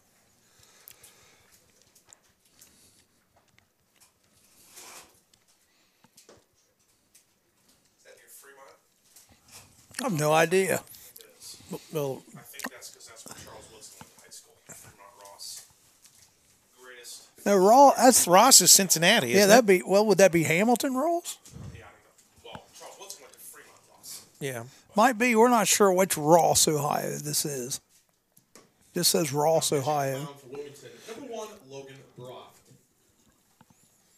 Yeah, I don't know if Ross, Ohio, that would probably be Fremont Ross because Ross, Ohio, Hamilton Ross would be. That's what it would be it called. would be Hamilton Hamilton. Ross. Yeah. So this is the other Ross. Okay. Then there's Ross County. Now we feel Just throwing that out there. I mean, there is. I mean, you're really trying to confuse me. no, we're just saying. That's all.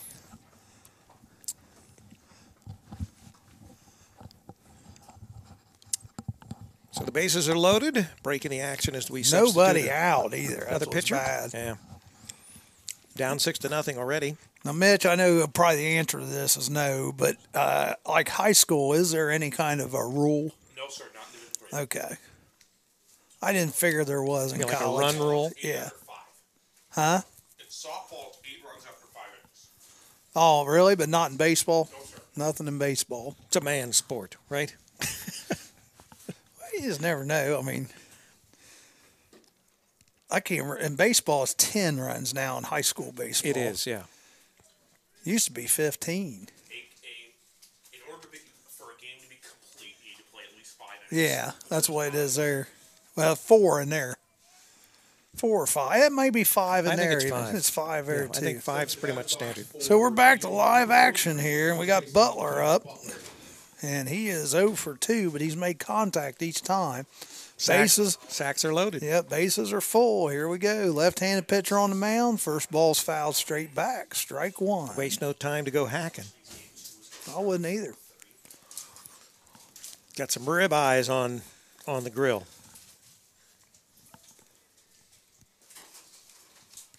What Wilmington needs here is a good double play ball. 1 ball, 1 strike. Proft in the unenviable position, having to come on with no outs and the bases loaded.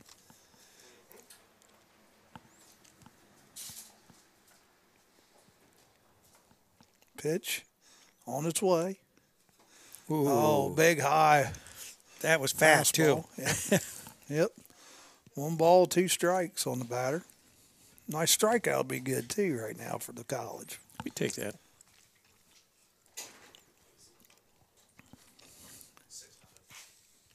Ball's hit towards short. Please turn 2. Got sign. 1. Okay. Got the out at first.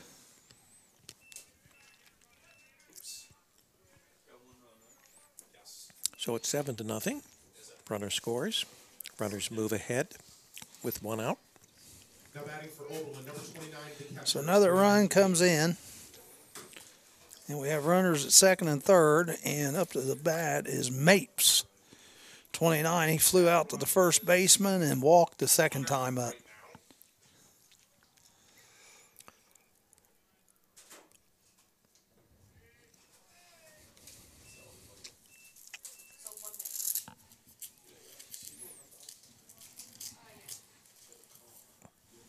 Make sure you put an order in for us too. There you go.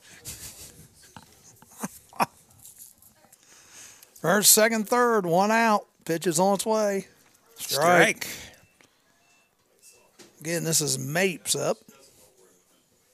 He's made contact each time, but been unsuccessful. Well, no, he made contact the first time. Second time got on via the walk.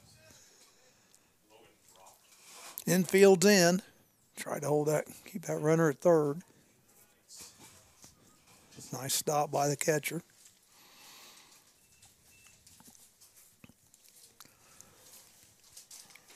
I believe it's 2 balls, 1 strike.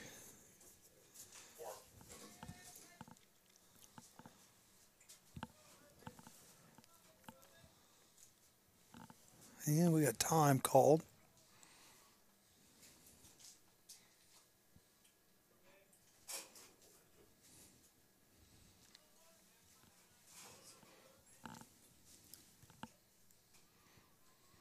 Pitch on the way. Oh, nice stop by the shortstop. They got him. They're going to get the lead runner here because the guy from second went to third. Got him. 6-2-5. Out. So we get the, Fielder's choice. yep. Yes. 6-2-5. So Mapes gets on via fielder's choice, but it is a 6-2-5, Charlie. 6-2-5. Shortstop to the catcher. And the reason Sklar had to take off was because McGee went right to third. Center fielder Amari Newman. So they're lucky to get out of there. No runs scored, only 2 outs. Still runners at second and third, and Newman at the plate. He struck out the first time and flew out the second time to center field. Ball on the inside, first pitch.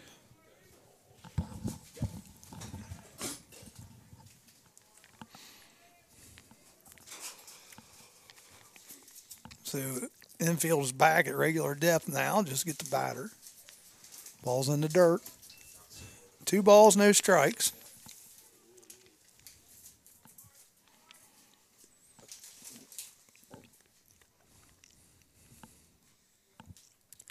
Seven to nothing. Oberlin on top.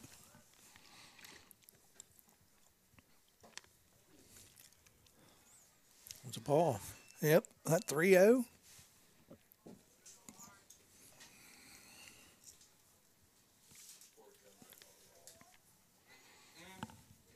Couple times. Pitch on its way. Ball 4. Loads him up again. And you don't really want to do that because the guy coming up now is McGowan. And Now batting for the he's Yellow. got 2 doubles. Number 19, the left fielder Jack McGowan. 2 for 2, 2 doubles, and a stolen base today for McGowan. Good day so far. Having for a him. nice day, yeah. Now he's got the bases loaded here again. Ball outside.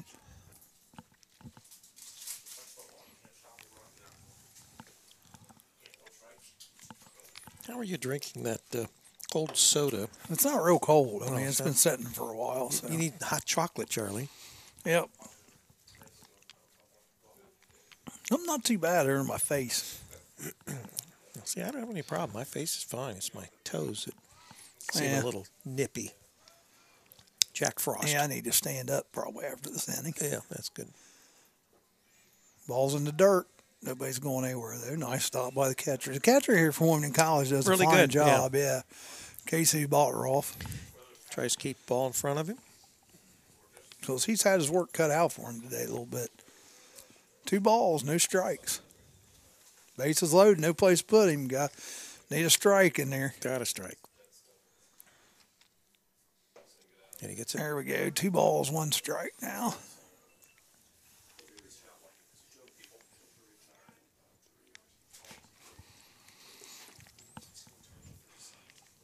Two balls, 1 strike, bases loaded.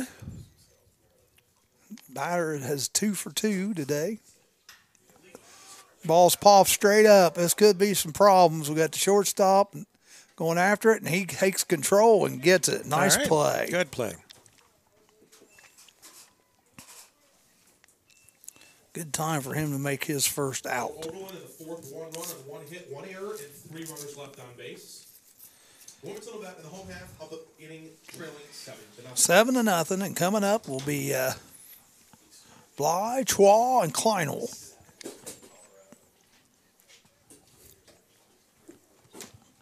No coffee back here today?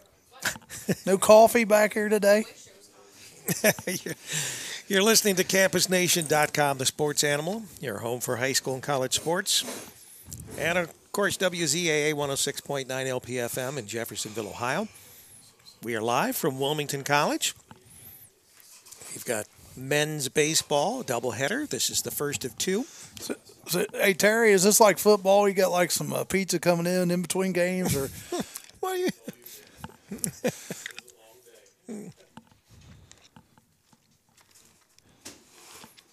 Now, Mr. Rashid, he always have food for us in between. B-dubs would be good. You know, some Hey, wings? yeah, some wings. Or Generations, yeah. You know, last time I think we had Skyline up at the football game. That was nice. Huh? Don't like Skyline? You a Gold Star guy? Oh, no.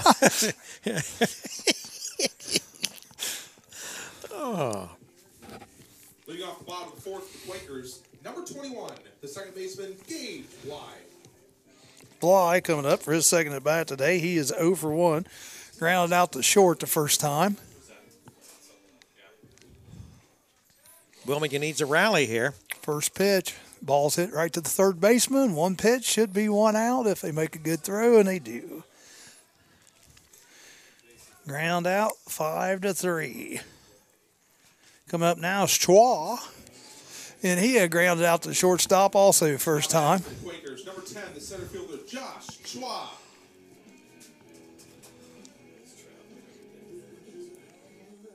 He likes his country music. Yeah, he's from England too. That's kind of Isn't that funny? yeah, it is. First pitch swinging again, fouls it off. They're learning that though, because this guy does. He throws first pitch strikes. Actually, I think that it was he was the one that he was first to contact family or whatever that we were going to be on the air. Really? Yeah. So certainly, if he's got some relatives out there in radio or TV land that He's from California and England, I right, believe. yeah, we say hello. I think maybe I got that wrong. Let me look here. Lancaster, England, I believe. And Claremont, California. Rush Limbaugh's calling you, Charlie. Yeah. Not sure who that is. They can leave a message, Joe. Ball's hit on the ground. Yep, this is going to be a base hit, I believe. No, they called him out. Oh, wow. Second baseman got over the cover. The ball was hit just a little drooper down the line, dribbler to the first baseman, and the second baseman got over the cover. He made it close. Wilmington with 2 outs. Number 34, the first baseman. Kleinel now is coming up, and he's the only one that's got a hit so far for the Quakers today. He got a base hit in the first inning.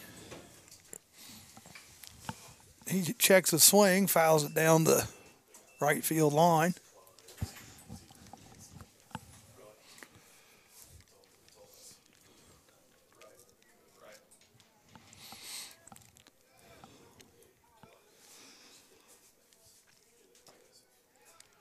I think this is the first press box I've ever been in, Charlie, that's also food service. Concession stand, Yeah, concession stand and press box.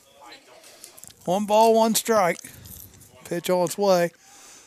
Popped up on the infield.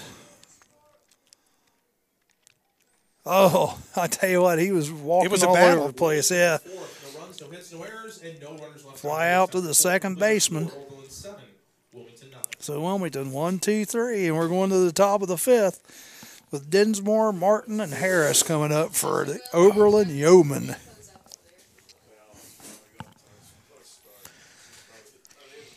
Well, I'm starting to feel things I thought I wasn't going to feel again, Charlie. There you go. Yeah, standing up didn't hurt Do any. some calisthenics or some Standing up didn't hurt any. moving around here. I was looking to see if I had a blanket. I should have brought a blanket with me.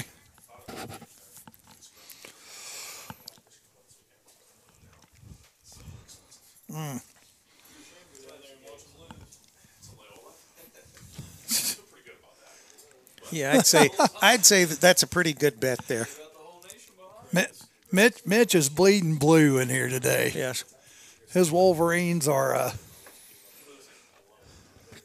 in the Final Four.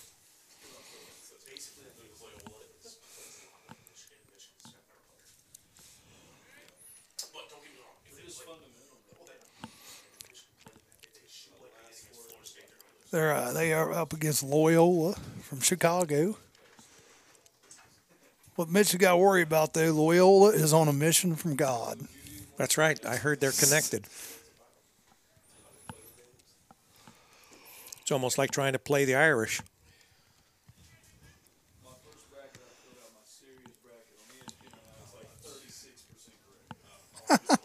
Sounds like me. Yeah. These guys are talking about their brackets in here. It's pretty funny. For Leola, number 32, the third Dinsmore coming up. Dinsmore is 1-for-1 with a sacrifice. First pitch on his way is hit the left field. Pretty deep. Left fielder's deep. going back.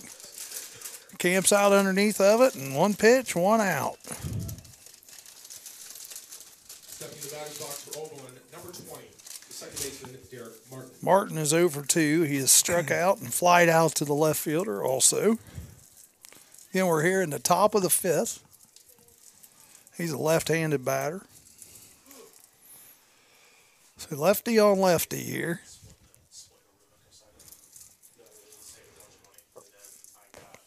First pitch is a strike by Broft. He's a freshman, right? Yeah, just a freshman. Pretty good looking pitcher.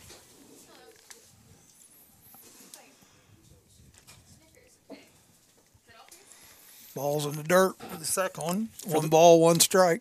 For inquiring minds, I think Snickers is probably one of the more popular candy bars we've been selling today. Sounds like it.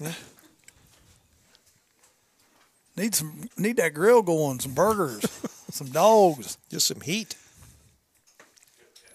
Big curve. That was nice. That thing took forever to get in there. 1 ball, 2 strikes on Martin.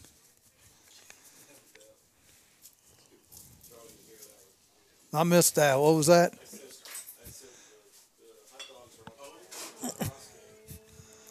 Base hit in the left field. He come back with that same pitch, that curve, and Martin was waiting on it and just put a little shot in the left field. So 1 out runner at first. Harris coming up now. For Oberlin, number 2, the shortstop, Sam Harris. He walked at the second and got a base hit to 4th. Did you stay up late last night, No, Charlie? I got 8 hours of sleep last night. Last 2 nights have been great. Probably too much sleep. Maybe. 4 o'clock in the afternoon is when it usually hits me. We're a little early today. What is that, the beer frame? No, I just want to go to, it's just you get 4 o'clock. That's when I need that nap every day. Ball in the dirt. Oh, he's going to try to go to second. They got him. If they make the connection, they got him. Yeah. All right. Heads up.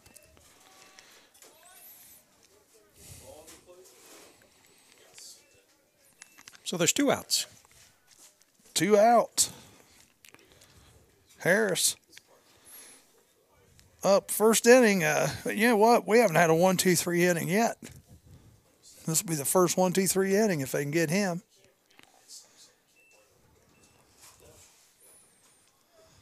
I think it's 2 balls, no strikes. Broff needs to come back here. I think my phone's broke. It's still 29 degrees. Strike. I guess it's 3 and 1 maybe. 3 balls, 1 strike. This is 9th batter in the order. Go right after him. Oh, 29 degrees. Fouled down the right field line. Hit fairly well.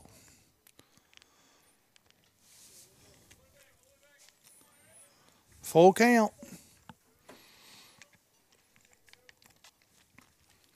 Here comes that curve. What do you think? Strike. Nope. Ball 4 on the inside. So we still haven't had a 1-2-3 inning yet.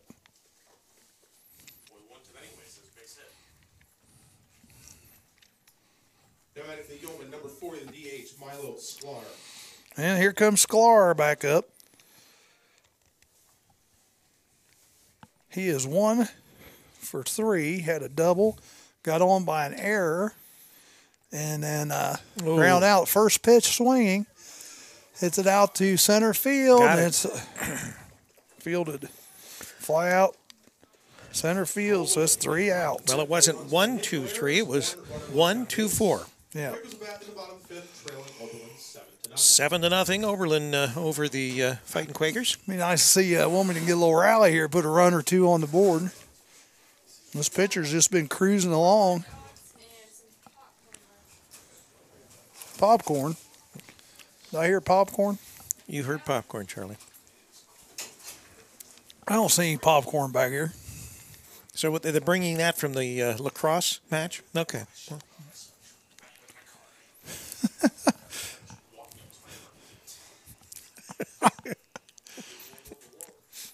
I thought you were from Michigan. yeah, you should be right at home here. This is Michigan weather. Our weather has been nuts lately. This has been an interesting winter, to say the least, but now we're into spring and we'd expect it to be Warm about up a little bit. 75.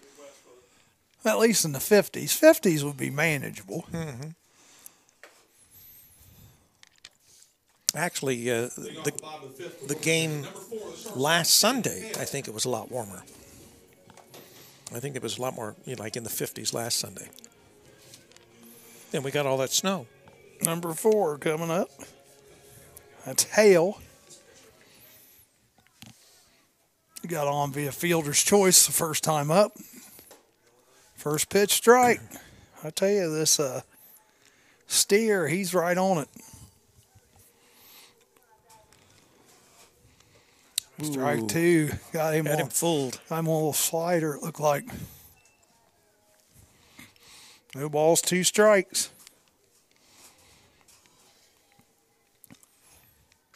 Fouled off.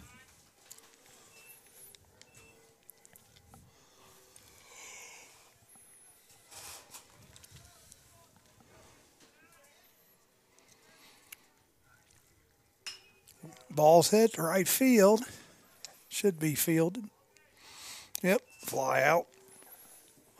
Fly out to right field for Hale. For a first out. Coming up is Miller. He flew out to the shortstop, popped out to the shortstop first time up. Number 6, the left fielder, Antonio Miller.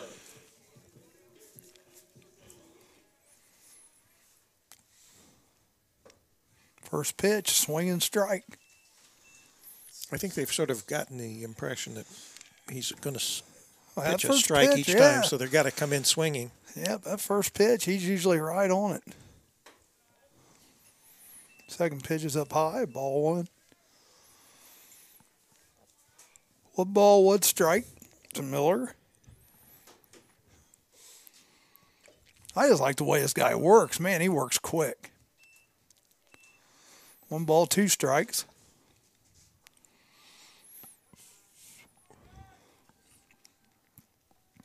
Surprised Wilmington's not like trying to ask for a little time sometimes between pitches. Get him out of rhythm. Slow him down a little bit. Get him out of rhythm, because he does have a rhythm. Get it and throw it. And strike 3.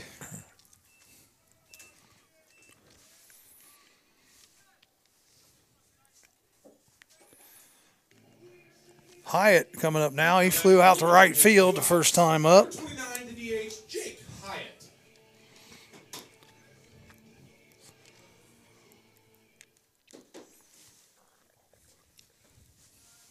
Ball's down in the dirt.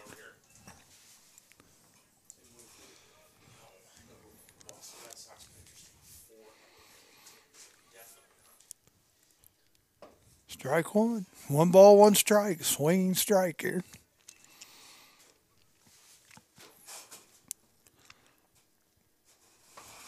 Strike 2. Another swinging strike.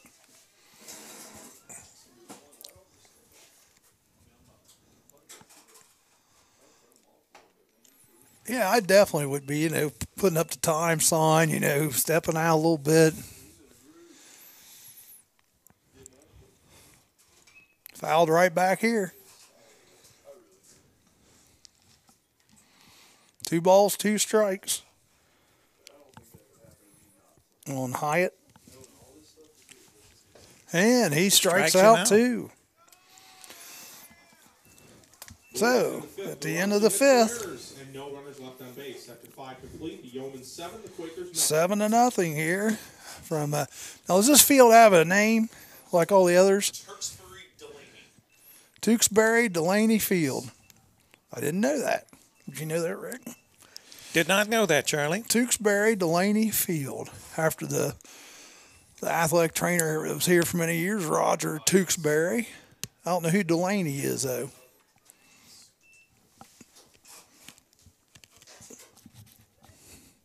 Tewksbury, Delaney Field.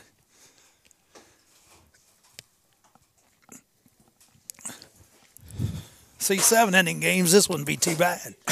We'd be about done with one. We're getting right ahead to the top of the 6th. And coming up will be McGee, Butler, and Mapes.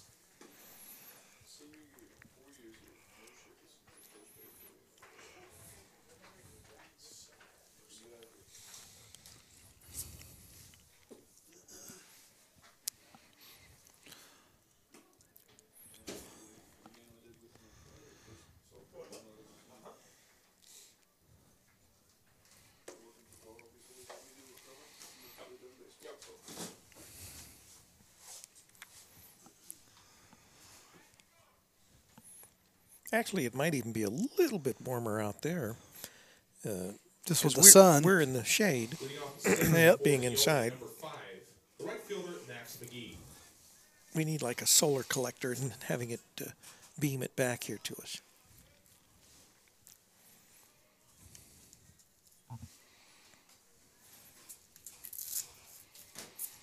First pitch to McGee, number 5. It's the ball. And wind is still kicking. Oh, yeah. You can hear it in here. Mm-hmm. Sounds like Dorothy and Toto's outside. Ball's hit to the short. You need to make a quick throw. And they do. Ground out 6-3 there for McGee. Now batting for Oberlin, number 43, the first baseman, Quinn Butler.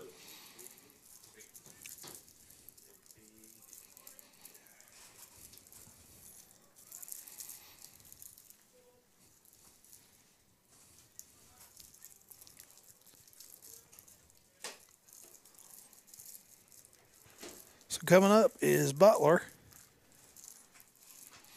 Big guy, but he's gotten out all 3 times up.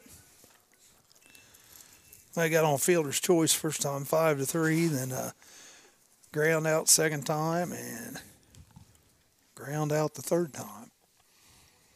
Probably sacrificed the third time. He did score a run. 2-0.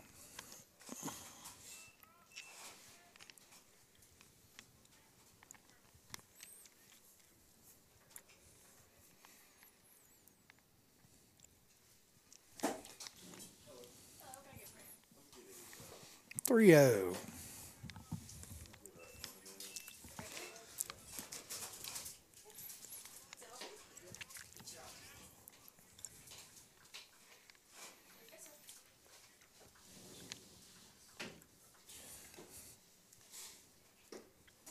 There's a strike.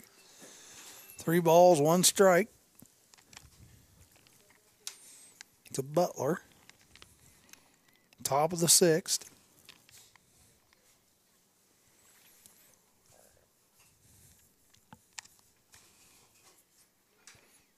Fouled off. 3-2, full count.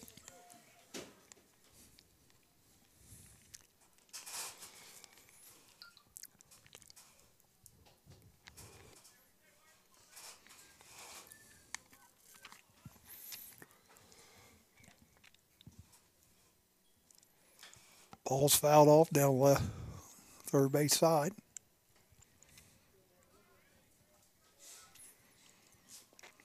One out, top of the 6th, full count on the batter.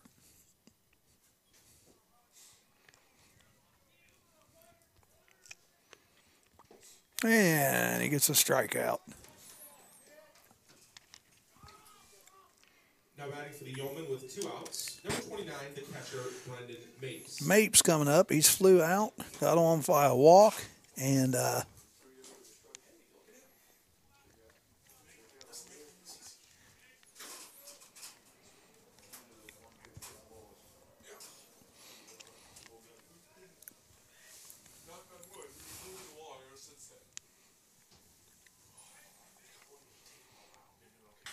ball's hit left field pretty hard. Left fielder turn around. That's Out out of of here. here. Wow. Well, we said if there was going to be a home run, it would be to left field, Charlie. We were right. Yep. He got all that because with this wind today, wow. Mapes, home run.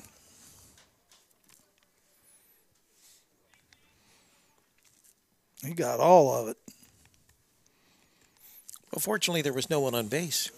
Right. Now batting for Oberlin, number 37, the center fielder, Amari Newman.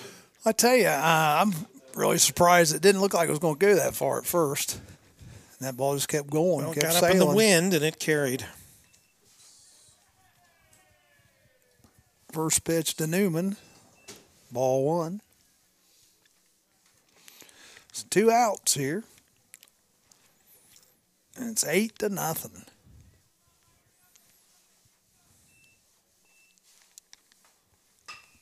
Ball's hit to left field again. This was not near as far. Should be caught, and it is. For the Yeoman in the 6th, 1 run, 1 hit, no errors, no runners left on base. Wilmington bat in the bottom of the 6th, trailing Oberlin 8-0.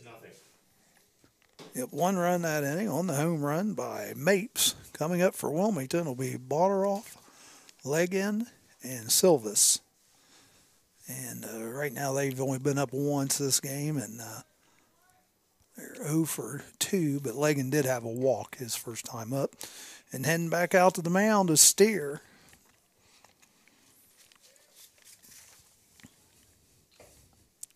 Steer is from Concord, Massachusetts, left-handed pitcher.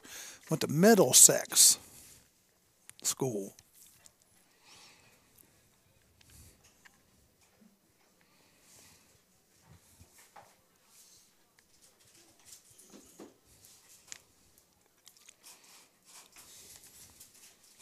So we have anyone coming in special tomorrow on the morning show, Charlie? I know, not right offhand.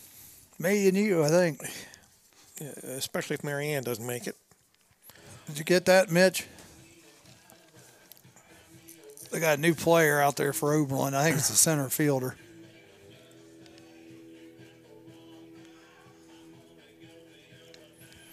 Leading off the 6th, Wilmington, number 13, the catcher, Casey Bottorff. I'm not Charlie. I think it's 16, Jack Marshak is coming in to play center field for the Oberlin Yeoman. 16. Yeah, that's what it looked like his number was. First pitch ball, second pitch fouled off to number 13, Botteroff, the catcher. That's what I think it is. Now, don't quote me on that, but that's what it looked like. Outside. 2 balls, 1 strike. Hopefully, Steer's not getting tired here. Hopefully. He shouldn't be tired. He hadn't really thrown I was that gonna many say, pitches. Yeah, he didn't have many pitches. Foul down the third base line. 2-2.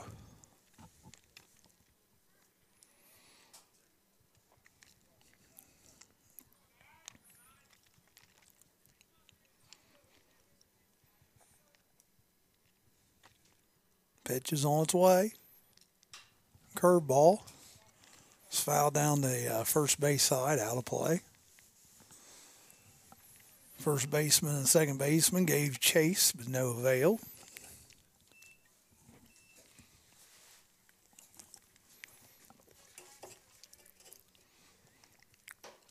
Ball 3. Full count.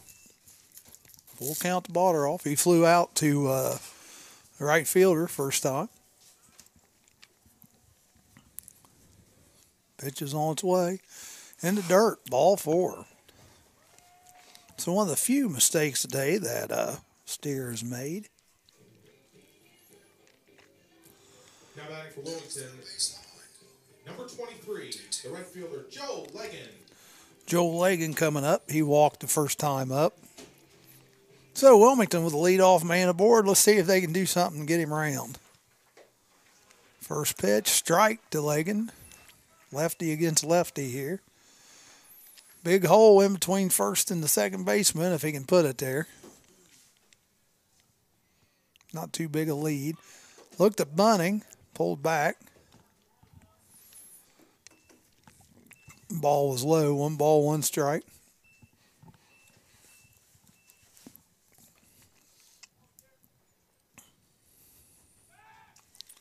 And he threw the ball over, and I tell you, I could have got that kind of lead, and I could get back. So he's only getting about 3 or 4 feet off. Maybe 5. Nice pitch on the outside corner. Strike 2 by Steer. 1 ball, 2 strikes to Lagan.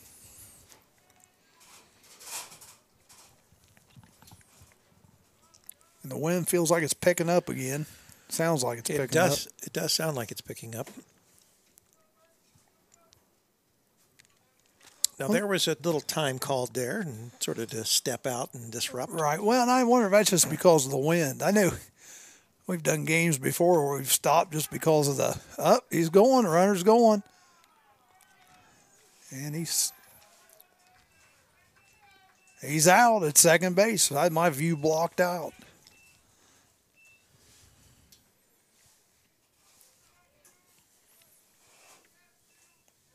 So we got our first out of the inning as Balderoff tries to steal second. 2 balls, 2 strikes to Lagan. Pitch is on its way. And he puts it right to the second baseman. Nice wheels going down the first base line, but he does get thrown out. 4-3. 2 outs. So 2 outs, and coming to the plate, Quakers with 2 outs. Silvas. The third baseman, next, Silvas. Silvas flew out to left his first time up, then hit into a 6-4-3 double play his second time up.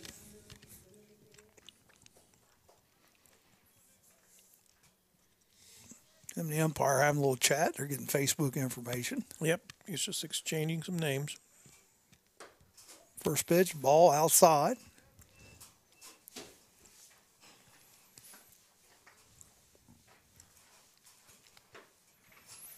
Nice pitch for the second one, right in there. Strike 1.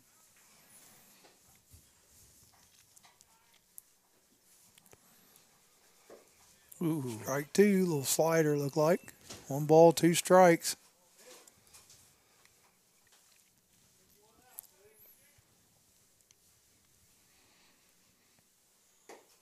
Two balls, 2 strikes.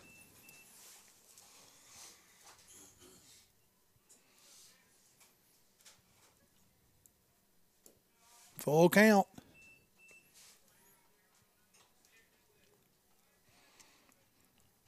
Just wondering if Steer's just trying to get him to go after a bad one there. He might be getting tired. I can just try to get him to chase a bad one. Full count. That one's fouled off the left side.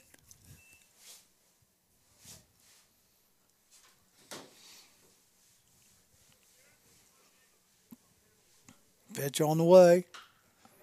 Hit sharply left field. It's going to be a base hit. That'll be Wilmington's second hit of the day.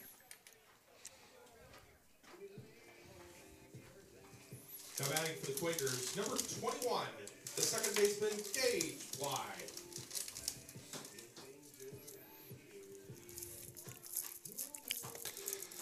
So coming up to bat now is Bly. He has grounded out twice. Once to third and once to short. So 2 outs. Actually, speeding up his last 3 a little quicker than the first 3. Which is nice. Yes, it is. 2 outs. Runner at first. Bly at the plate. Strike.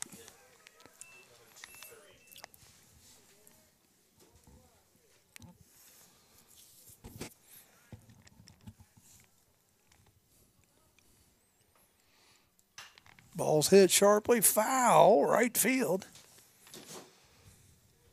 0-2. Umpire saying he's down to his last ball.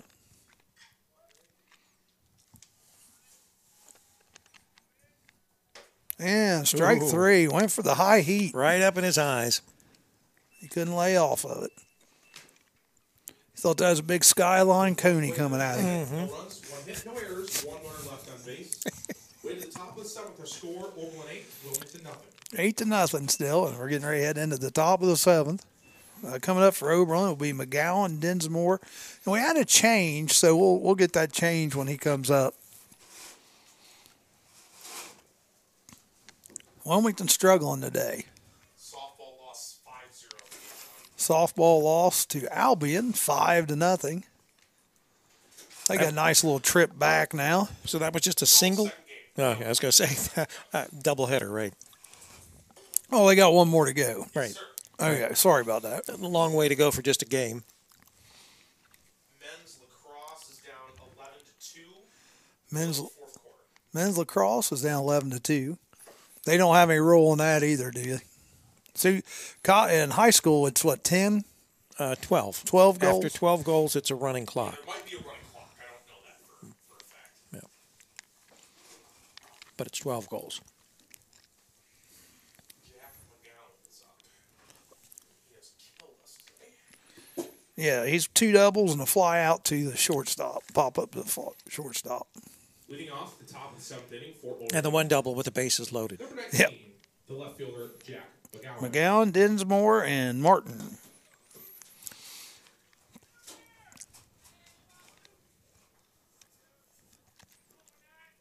Just a reminder, we've got a second game after this. There'll be about a 30-minute break between games. Now, are you going to go back to some music then at the station and then come back to us, or what are you going to do there? Yeah, we'll probably we'll switch over. Probably be a good idea. Yeah. I don't want to have to talk for 30 minutes. I'll have a tower here for game 2. Well, Bring that down.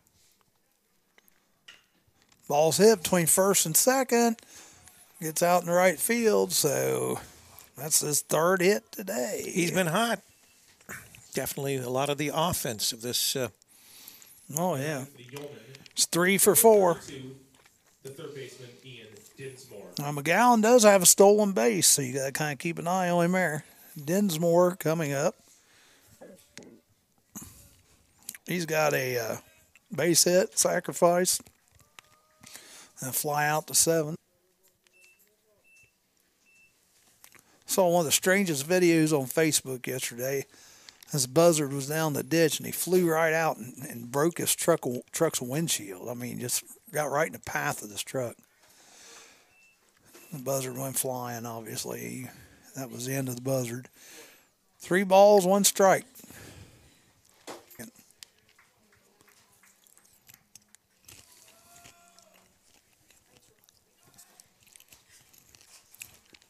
Had a brief Pitch on the way. internet outage there.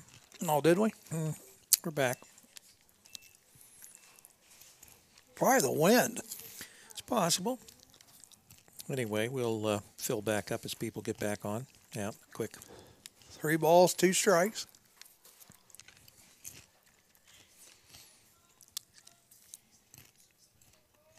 Pitch is on its way, I think. There it comes. Oh, High. ball 4. Don't need to be digging yourselves a hole here, boys. You're already down 8-0. Now batting for Oberlin, number 20, the second baseman, Derek Martin. Martin coming up. He is 1 for 3 with a base hit, a single, and a fly out. So we've got a meeting at the mound again. Yep. No, he's getting pulled. Alec Robinette's going to come in. All right, so Robinette will come in. Robinette coming in to pitch. Well, top 7.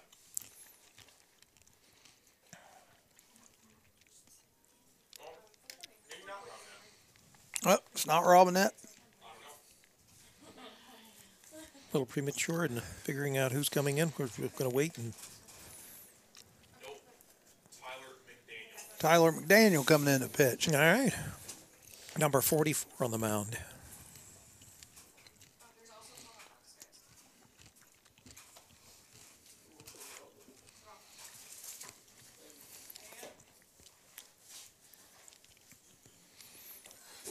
We're on the top of the 7th. Right now, Oberlin leading the Fighting Quakers 8-0. So This Prof is- stayed in for 3+ innings. Sorry, go ahead. Yeah, first of 2 games that we'll be broadcasting today. And actually the first 2 games we've ever broadcasted as far Yeah, as it's pretty neat. Fighting Quaker baseball or softball. And we'll be doing both here. Pretty neat. Be a lot neater if it was like 20 degrees warmer. Yeah, 40 degrees warmer. Yeah, I'd like it sweat.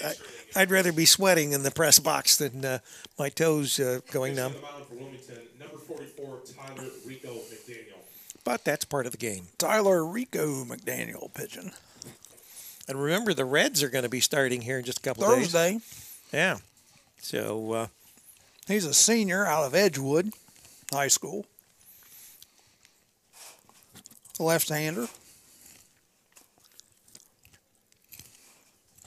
Sorry, yes, I am eating popcorn, so. yeah, if you hear Charlie crunching, don't be annoyed. I'm trying to do it quietly. Quietly crunching your popcorn. This is what we get paid here. real salty popcorn. Well, that's because probably that is some of the last of the popcorn that they popped. Yeah, and it was up at the other game. Wow, thank you. Oh, we got a dog too. Yeah. Oh my gosh. We will not tell Dean. Dean, you don't hear this.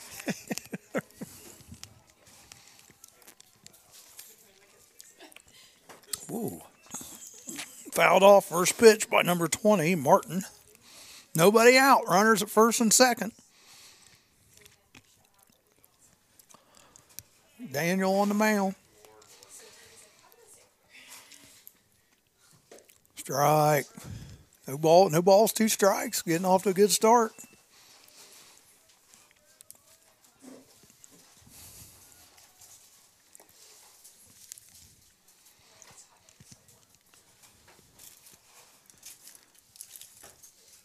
Nice. Strike 3. That's what we like to see. Good start. Harris coming up now. For Oberlin, number 2, the shortstop, Sam Harris. He's been on base all 3 times, a 9-hole batter. Walked twice and got a base hit once. Scored twice today. So runners at first and second, 1 out. Ball on the way. A little low.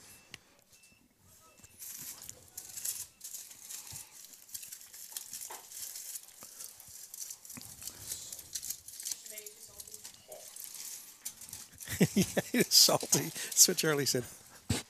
Just a little salty, yeah. 2 balls, no strikes to Harris, a 9-hole batter.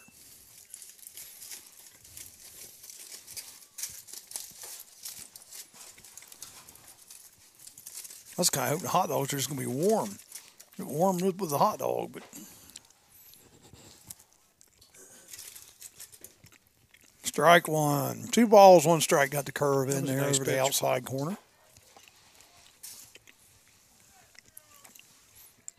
McDaniel is a senior left-hander out of Edgewood. Pitch on the way. Hit down the right side. Fair ball. It's going to score 1. Oh, the right fielder has a hard time getting it. It's going to score 2. Nope. Hold him up. No, we got 2 in. Did we? Just 1? Oh, they held him up? Okay. Yeah, they held him up. So runners at second and third now. 42. 9-0. Now batting for Oberlin, number 42, Alexis Castillo. The umpire's like, yeah, thank you. Appreciate that. Sorry, I didn't mean to overstep my bounds there. 1 out, runner at second and third, and Castilla in now.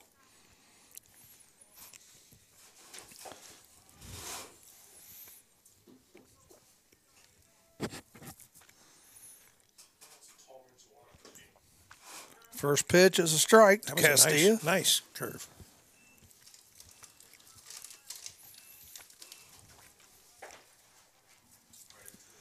He's a freshman outfielder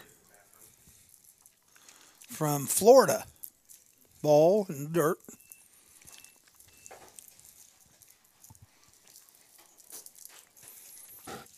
So he comes in here, runners at second and third with 1 out. Oh, Whoa. he gets 1 out to center field. It should be caught. It is. Wow, catches it, throw to third. They're trying to get him out third. Nice play. And they got him They at did get third. him. Wow. Nice throw by Schwau. Runner does not score. Runner does not score. So the first one scored. Yeah. No run. So it's 9-0 still. That run did not score. Right. The first one didn't. There was Okay. Yeah, on that play there was no All runs. But there was a runner that scored earlier in the inning, so it's 9-0. Fly out to, okay, I got you. I'm with you. Fly out to center. And the third out was going to third. So it's a 7th inning stretch here, Charlie. Left on base. Wilmington to the bat in the home half of 7th, trailing Oberlin 9-0. 9-0. And they got 2 hits that inning. Still a lovely 29 degrees, but sunny and beautiful, as you can see from our stunning pictures in HD video. Got a new pitcher, too. Musa Matiwane from Brooklyn, New York. And this guy is a big guy. I don't know. He's probably, 6'4", 6'5"? Every bit of 6'5", it looks like.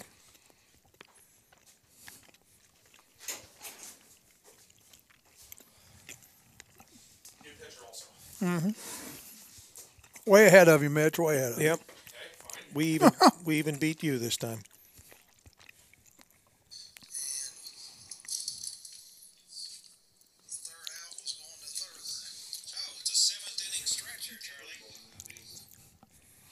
Yep.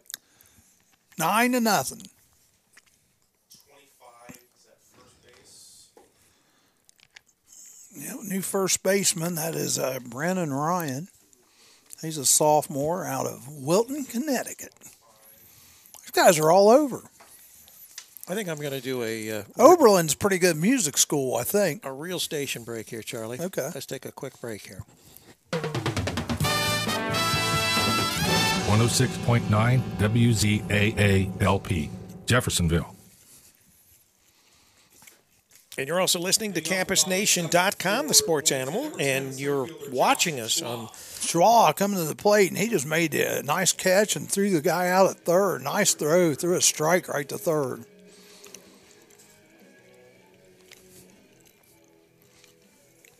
He has grounded out his two first at bats.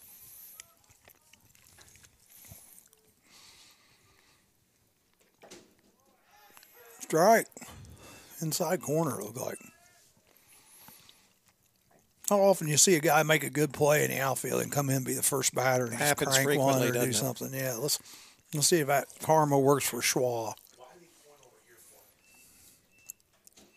Who's that third baseman? Number Number four. four? Number 4. Derwin. Jack Derwin. Playing third. Brennan Ryan also at first base. Looks like Yep, we got him. field is about the same other than women. Who's Ooh. Ooh, That was tight. 10 is playing second base now. That's Ben Reed. Lots of changes here for Oberlin. Uh-huh.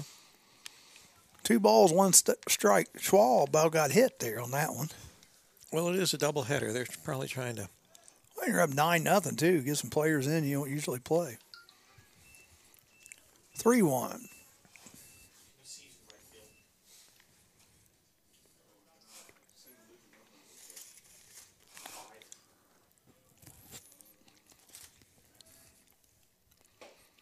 Ball 4. We got to walk.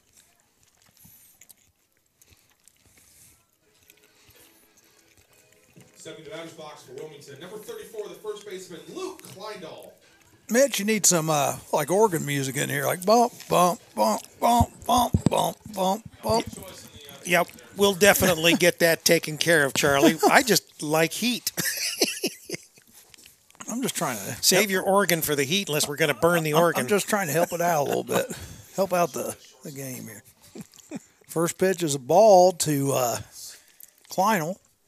Kleinel is grounded out twice today also. No, wait a minute. Let's see. Kleinel's got a base hit and a pop out to the second baseman.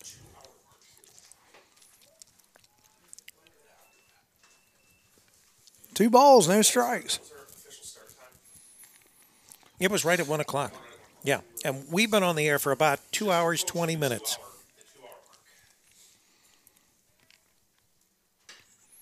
Ball hit Lifted. to right field.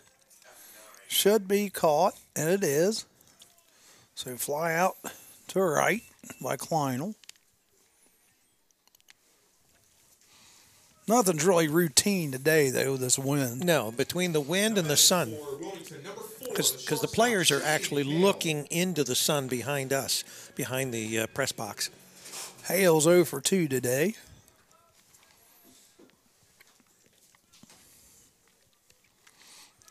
Runner goes. Throw down. And he's going to be safe.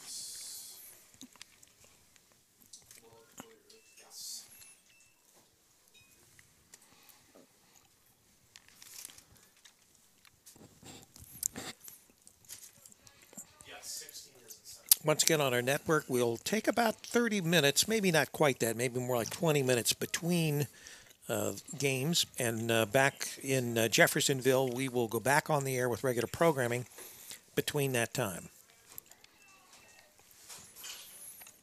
Ball on the batter. Runner at second. 1 out. Pitch on its way. I believe that's 3-0 now.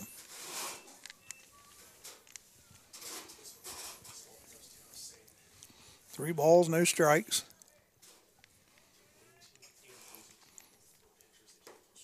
Strike one, yep. 3 balls, 1 strike. On the batter,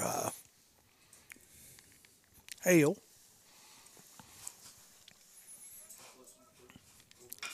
Ball's hit right at the shortstop. And he boots it. Run's going to score. E6. But a run nonetheless, right? 9-1.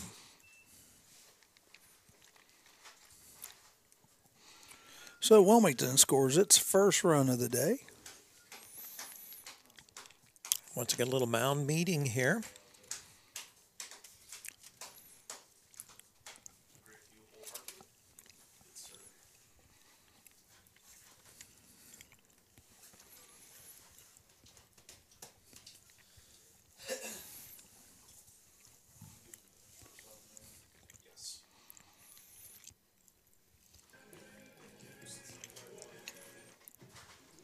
Coming up for Wilmington, Miller. The left fielder, Antonio Miller. He is 0 for 2. He's got a fly out or pop out to the shortstop and a strikeout today. So runner at first, 1 out, 1 in.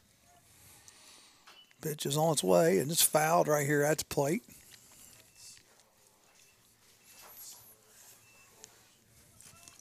Men's lacrosse lost 12-3. Final. OAC opener to Mount Union 12-3. 12-3, the men fall in lacrosse today here at Wilmington College to Mount Union.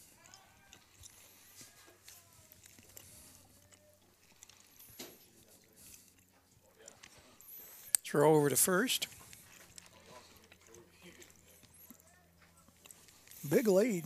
I wouldn't be surprised to see him go. So how was your hot dog, Oh, Charlie? it's pretty good. Oh, it should be. Oh, what? Nice play by a third baseman. What happened? Did he go off the bag and they tag him or something? No, they say he was on the bag. Oh, well, questionable call there at second. But, anyhow, it's going to go down as a fielder's choice with the put out being put at second. 2 outs, number 29, the DH, Jake Hyatt. Hyatt coming up. I thought he was safe at second. Well, where's Joe Davis? Ball gets by, so Wilmington's going to have a runner at second anyhow. Shall we switch to New York and ask Joe what he thought? Yeah. This is Joe Davis in New York. Yep, Charlie, you're right. The boy did not have his foot on the base, so he should have been safe, but the umpire missed that, and there's no replay. Thanks, Joe. We appreciate We that. appreciate update. that, Joe. Mitch is dying down here. Ball low.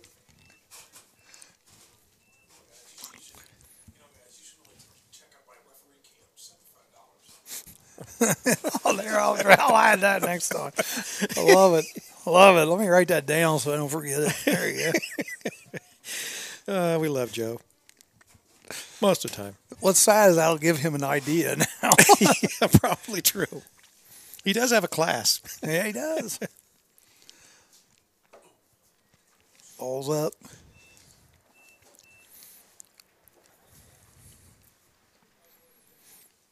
Runner at second. 2 outs. Hyatt at the plate. Strike. He's over 2.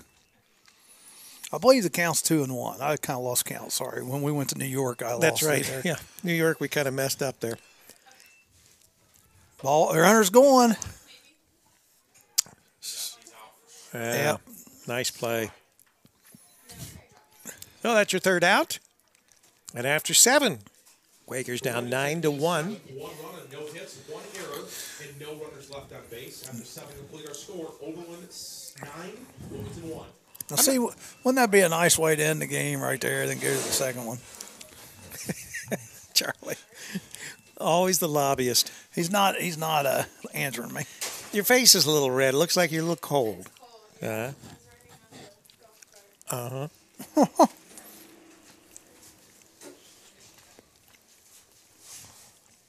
9-1, and we're getting ready to head to the top of the 8th.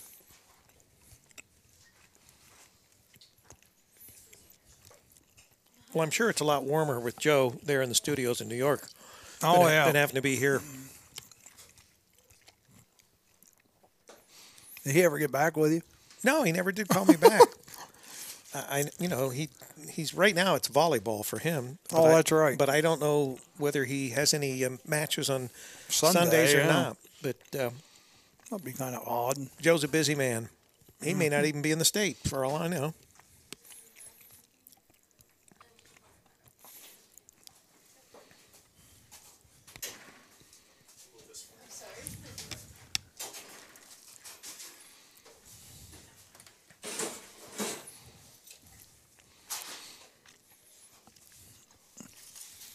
Well, see, once we really get set up, Charlie, we can go back to the studio in Jeffersonville or over in Wilmington between games. That's true. Have our sports show. I thought about running out to McDonald's, just get Amber or just something warm. For the Yeoman, number 5, the right fielder, Chocolate. Max Hot McGee. chocolate. That'd be all right. With marshmallows. McGee coming up. He is 2 for 3 with a walk. First pitch swinging, hits one out to center. Schwa is there, makes the catch. 1 down.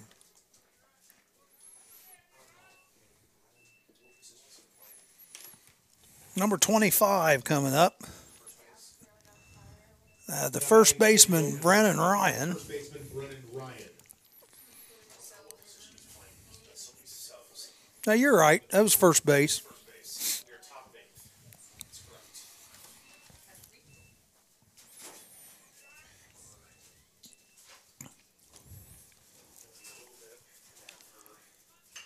Ball's hit short. Should be a routine play. 6-3, and it is. 2 out. Maybe Oberlin wants to get this over as fast as you do, Charlie. They're swinging at everything now. 2 outs, and Mapes, our home run hitter, coming up. He's having a day. He's the only one that's jacked it out of the park. Stepping in the batter's box for the Yeoman. He's actually 1 for 3. Hit it 300 feet plus there, putting it over the left field fence.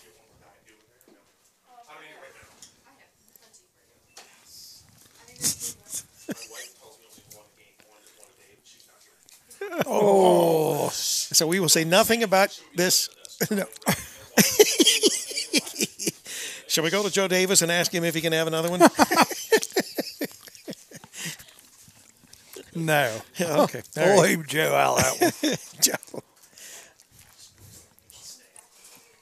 Pitch is in there for a strike. I Strike. believe the count is 1-1 now here on Mapes, who hit a tremendous home run the first or the last inning he was up in the 6th. Pitch, it's hit down the third. Nice play by third baseman. Long throw. Got him. All right.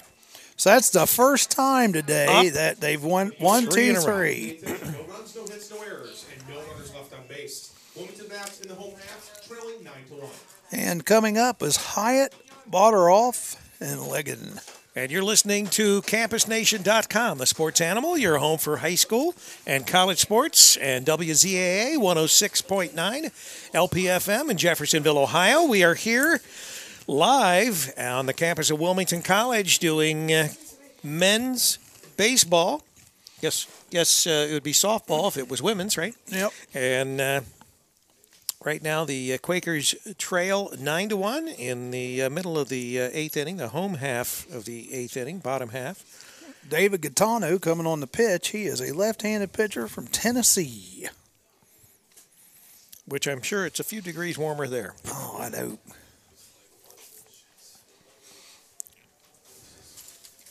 This is beginning to be the favorite place for everybody to congregate. Everybody's hiding in here. Well, I mean, if we get a few more bodies in here, we may actually get warm. Maybe. Yeah, a little bit of heat, you know.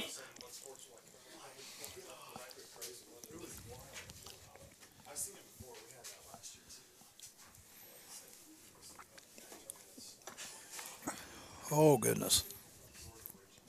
Once again, I want to remind everybody, between games, we'll have about probably on our end 20 minutes between games before we pick back up. We'll go back to regular classic rock programming in Jeffersonville.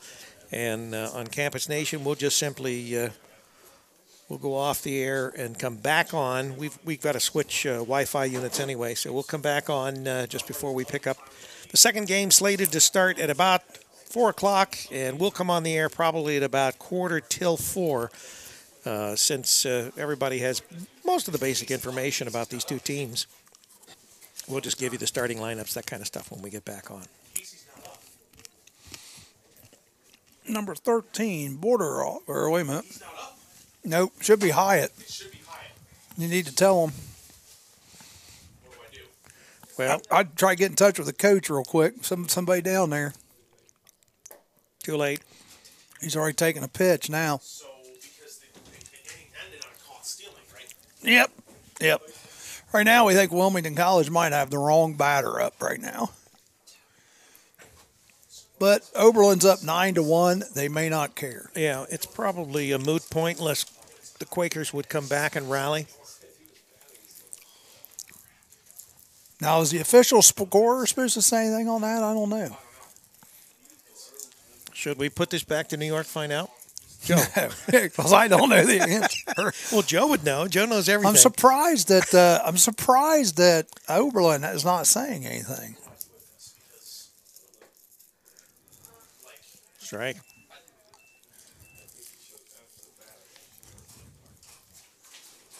What's Terry say?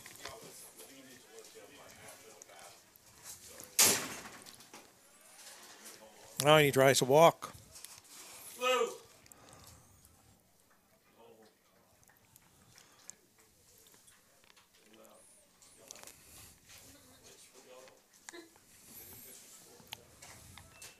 So we have a walk, but now we're going to have another probably illegal batter. Well, it's not caught, though. I think he just go on and play. So Bonneroff is on first with a walk, but we really don't even think he was the correct. We're good? Yes. All right. Well, how are we good? Because Hyatt walked before the stolen base. All right. There you go. Okay. So we learn something every day. So Hyatt walked before the stolen base. All right. And Bonneroff walks to begin this inning. So we're in the bottom of the eighth. Lagan is up. We got a runner at first. Lagan so far today has walked and grounded out.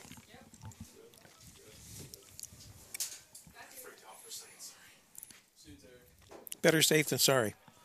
Foul. Is that an out? That's an out. Legged batting at the plate for Wilmington. He just struck out. Number 22, the third baseman, Nick Silvas. So one out, runner at first. Silva's coming up. He is 1 for 3 today.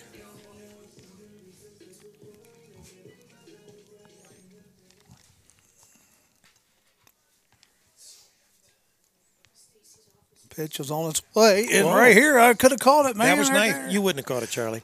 I would have caught it. You wouldn't That have. was right at us. Yeah, it was right at the camera. in Scared fact. me to death. Give me a little heart palpitation. Well, I there was for a going to minute. say, it was right. I mean, right there at the camera. Felt like Red Fox for a minute. Elizabeth. No, I'm just kidding.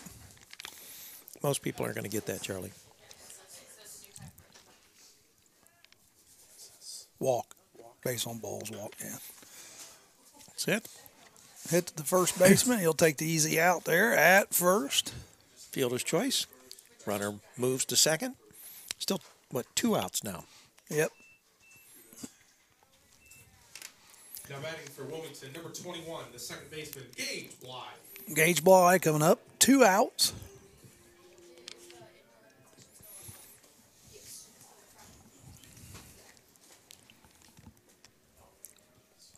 Runner at second. Ball's in the dirt. Runner stays, though.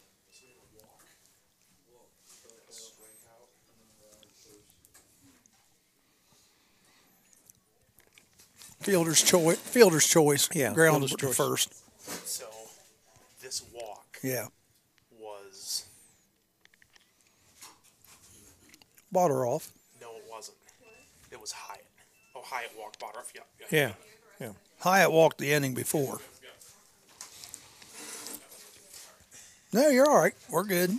That was kind of an odd deal. I was like you. I thought they had the wrong batter up, too. Pitch is on its way.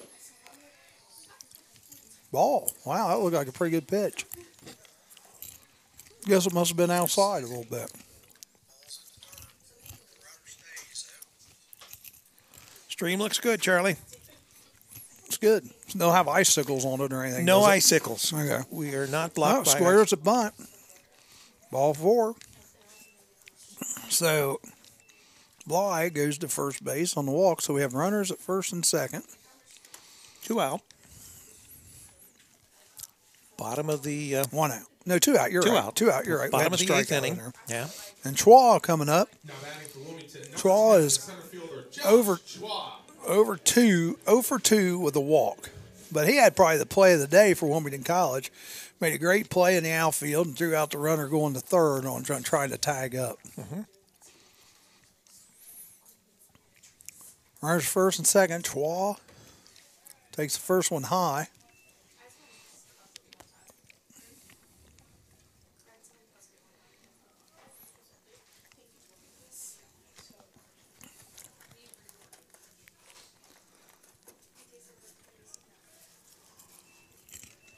Seems like the umpires kind of tightened up on this guy that's pitching a little bit.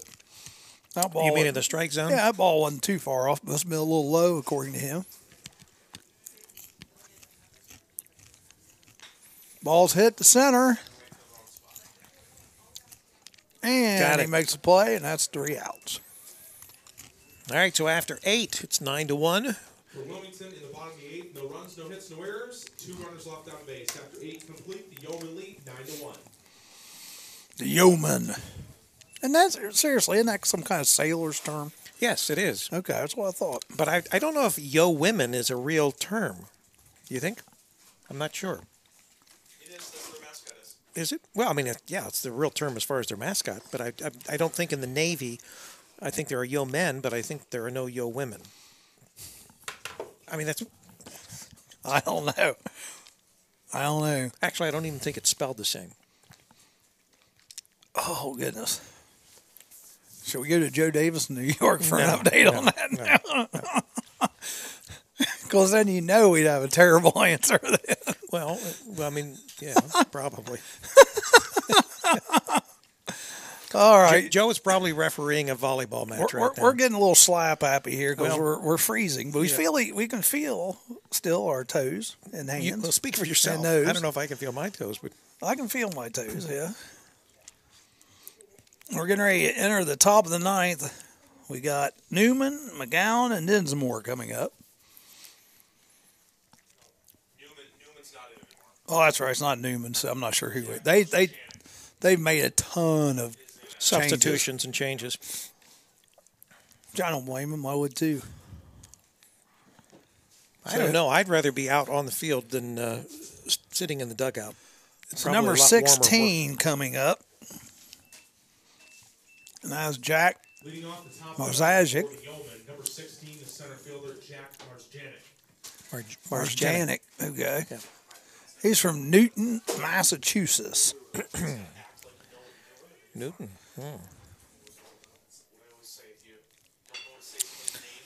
Grounded on the ball. And first pitch swinging, and he grounds out.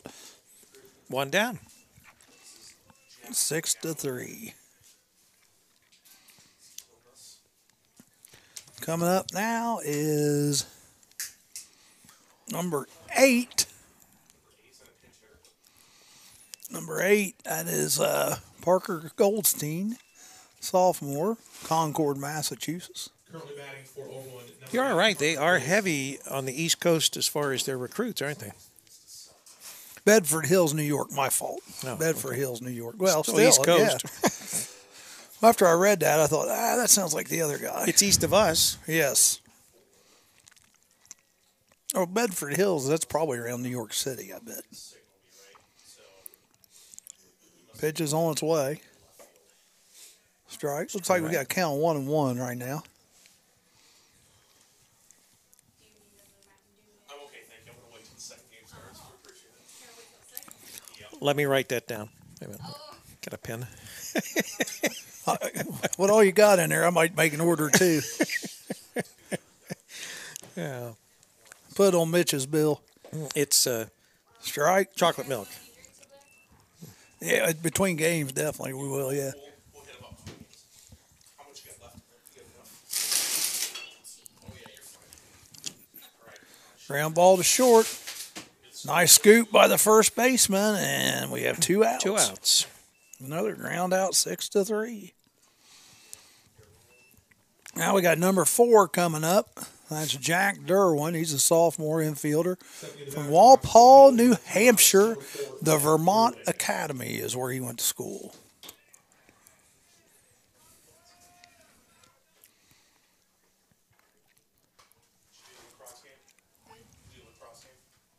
First pitch, foul straight back.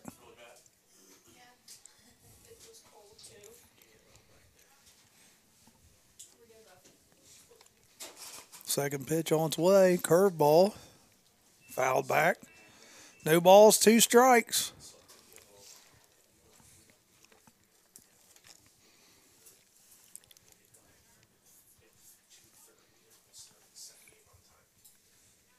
Fouled again.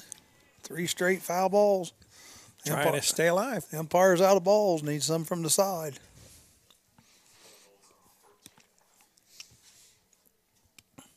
I think we need that deer blind out there with a little heater in it. Yep. Little venison steak. Oh. There you go again. Yeah, I know. Ball inside. Just missed on the inside. 1 ball, 2 strikes. Well, just look at it this way, Charlie. You're closer to 50-cent wing day again. That's true. That's not a bad thing. And most of the time, when we are out there on Wednesdays, Brian Moore, the head football coach from Wilmington College, He's out there too. He's out there eating wings as well. And he's in our basketball pool. Is he? Yeah. Okay. It's no money involved. No. No, yeah, no. It's just a contest. It's not a. Yeah, this is a WZAA pool that we did for just the fun of it. Well, you're supposed to be watching the show. We've caught you watching the show a few times. It was just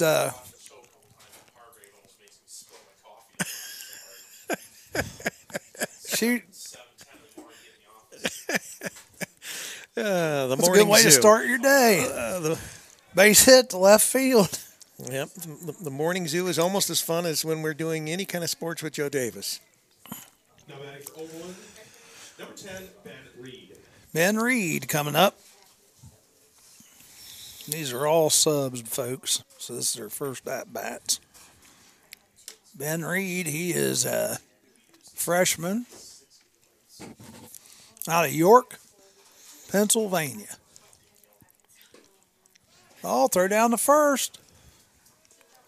Had him Safe. on his toes there. Yep. Catcher thought he had something. Good throw. Might have made that a little closer. Throws a little high down there. Big lead, though. Almost daring him to throw over. Ball. 2-0.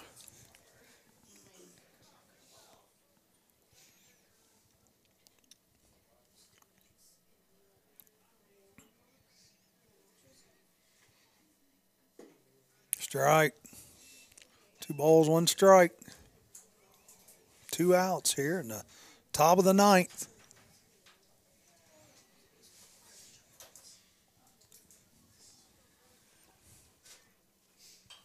Foul. 2-2. That one almost could have made it back to my car. Where is Oberlin exactly? Oberlin, Ohio. It's like near Cleveland or It's west of Cleveland. west of Cleveland. A little Okay. bit south, but mainly west of Cleveland. Okay. Oh, Northeast Ohio. Shot to the right field. Nice Fair hit. ball. That's going to move the runner over to third. So we're going to have runners at first and third. nice ding there. Number 2, the shortstop, Sam Harris. Harris coming back up. He is 2 for 2 today with 2 walks. He's been on all 4 times. So runners at first and third, 2 outs. Oberlin may not be done yet, even though they're up 9-0. 9-1. 9-1, sorry.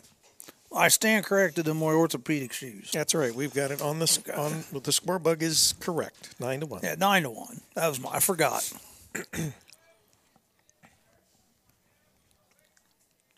Everybody's a little touchy about that one. We're saying, that one. We got one.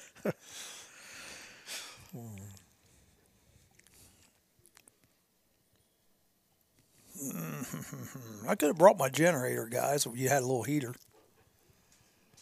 Yeah, then we would have ended up dying of carbon monoxide, right? Well, we put the generator outside.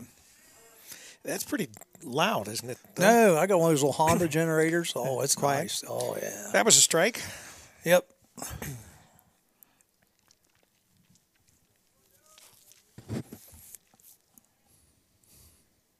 Ooh. Oh, yeah, that's headhunting there. Full count. So the runner at first should be taken off.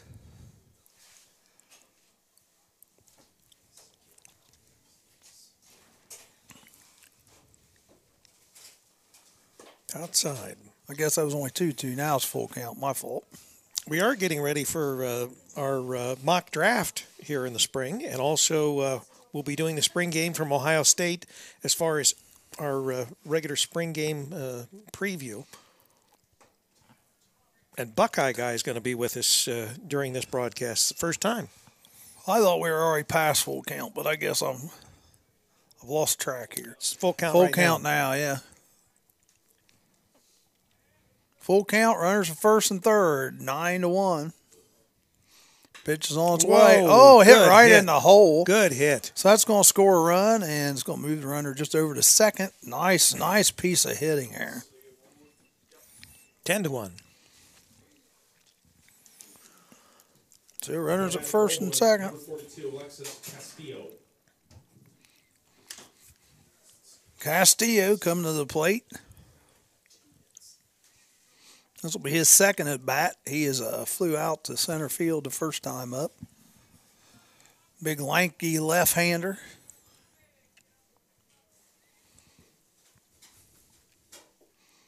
Pitch on the way. Been a strike on most people, but a little low on this guy. He's just tall, yeah. That wind is blowing. That wind is being relentless right now. It's not good. Ooh. We're going to have a ground out from the pitcher. The first baseman jammed him up. A little jam shot on him. But they did get a run. For Oberlin Yep. at the top of the ninth, 1 run and 3 hits, no errors, and 2 runners left on base. Wilmington bat in the home half of the ninth, trailing 10-1. Coming up will be Silvas. Excuse me. Kleinel, Hale, and Miller. Once again, just a reminder, we'll take about 20 minutes between the two games. Mitch, you got a new pitcher there. He's waving at you. And we'll go back to regular programming in Jeffersonville. And Campus Nation will simply, we will go off for that brief time and then start back up as soon as... Kellner now in the pitch for Oberlin. Kellner. In the meantime, I'll have to go back on and make sure that I've got the website updated with the latest, because I have to start a new browser or a new link. I don't think that'll affect us though. Well, it won't affect you because you'll be linked still to the. Are you linked to our? You're linked to the YouTube page. Okay. All right. No, well then there may be a new link.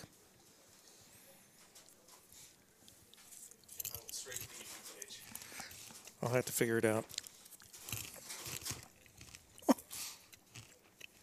Because if not, I'll end up with one big long file, and then we'll have a blank space in the center. So we'll figure it out. The bottom of the ninth for the Fight Quakers. Number 34, the first baseman, Luke Kleindall. He is 1 for 3 on the afternoon. What are we playing here?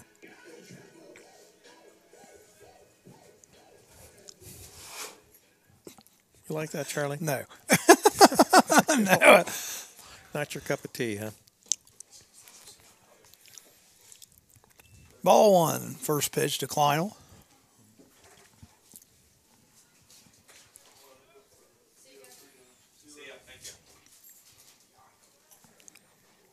Oh, Ball's just nubbed off his bat. The second baseman through to first, and he's out. Ground out, 4-3. First out here in the ninth. Coming up will be number 4.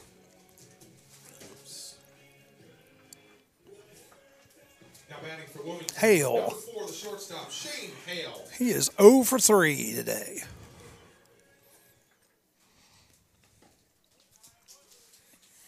Ball a little high there.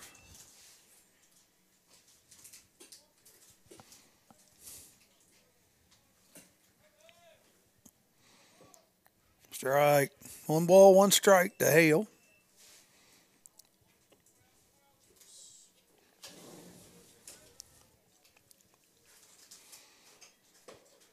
Strike 2. Kind of a weak swing at that. Didn't act like he really wanted to swing. 1 ball, 2 strikes.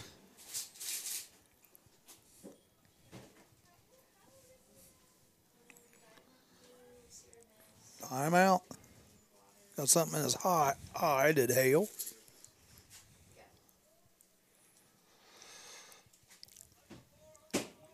Man, that wind's still blowing out there pretty hard. oh, Ball's hit right to the second baseman. Good wheels, but he got thrown out. Ground out, 4-3 for the second out. so we're down to our last out. Miller coming up. He is 0 for 3 today. 2 outs. Number 6, the left fielder, Antonio Miller. 0 for 3 today. Fouled straight back.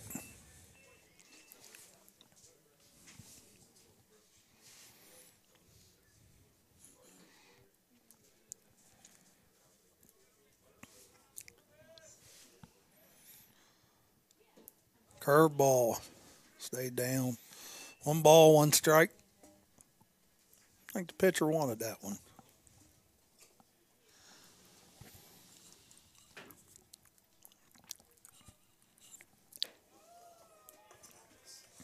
Two balls, 1 strike.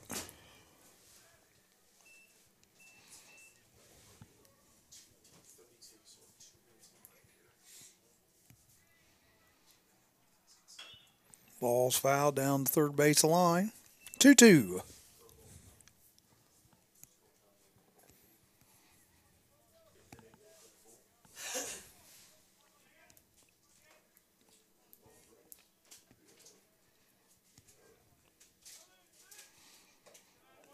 Full count.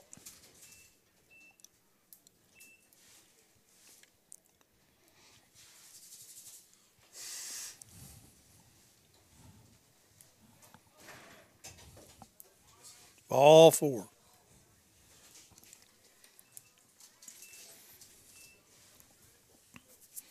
So Miller gets on base first time today. Hyatt should be coming up now. Fight Quakers. Number 29, the designated hitter, Jake Hyatt. He is 0 for 2 with a walk.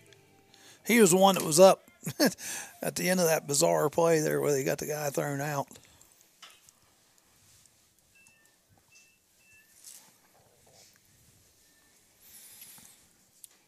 We've had a couple interesting plays like that where it was ball 4 and we thought we had somebody out at third, but it was actually ball 4.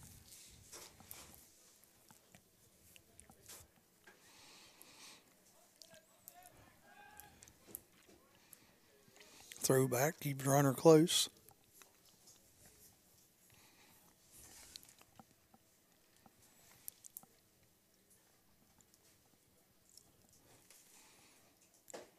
Strike.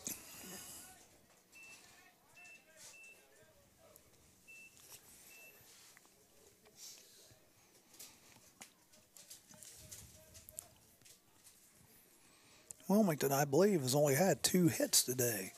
That's strike 3. So that's the ball game. Oberlin takes the first one 10-1. Wilmington in the ninth, no runs, no hits, no errors, and 1 runner left on base. I'll complete game 1 of our doubleheader. Oberlin 10 runs, 14 hits, and 1 error. Wilmington 1 run on 2 hits and 2 errors. Game 2 will begin in approximately 30 minutes. So 10-1, 14 hits by the Yeoman. Wilmington could only collect 2 hits today. And the 1 run they got was an unearned run. So we're going to have a short pause for the calls here. Right. We'll take a break. I'm going to reset things as far as for the next stream that we're going to be doing. And we'll go back to regular programming in Jeffersonville. And we will be back here, back on the air in about 20 minutes. So stay tuned. This is CampusNation.com, the sports animal, your home for high school and college sports, and WZAA 106.9 LPFM in Jeffersonville, Ohio. We will be back shortly. Thanks.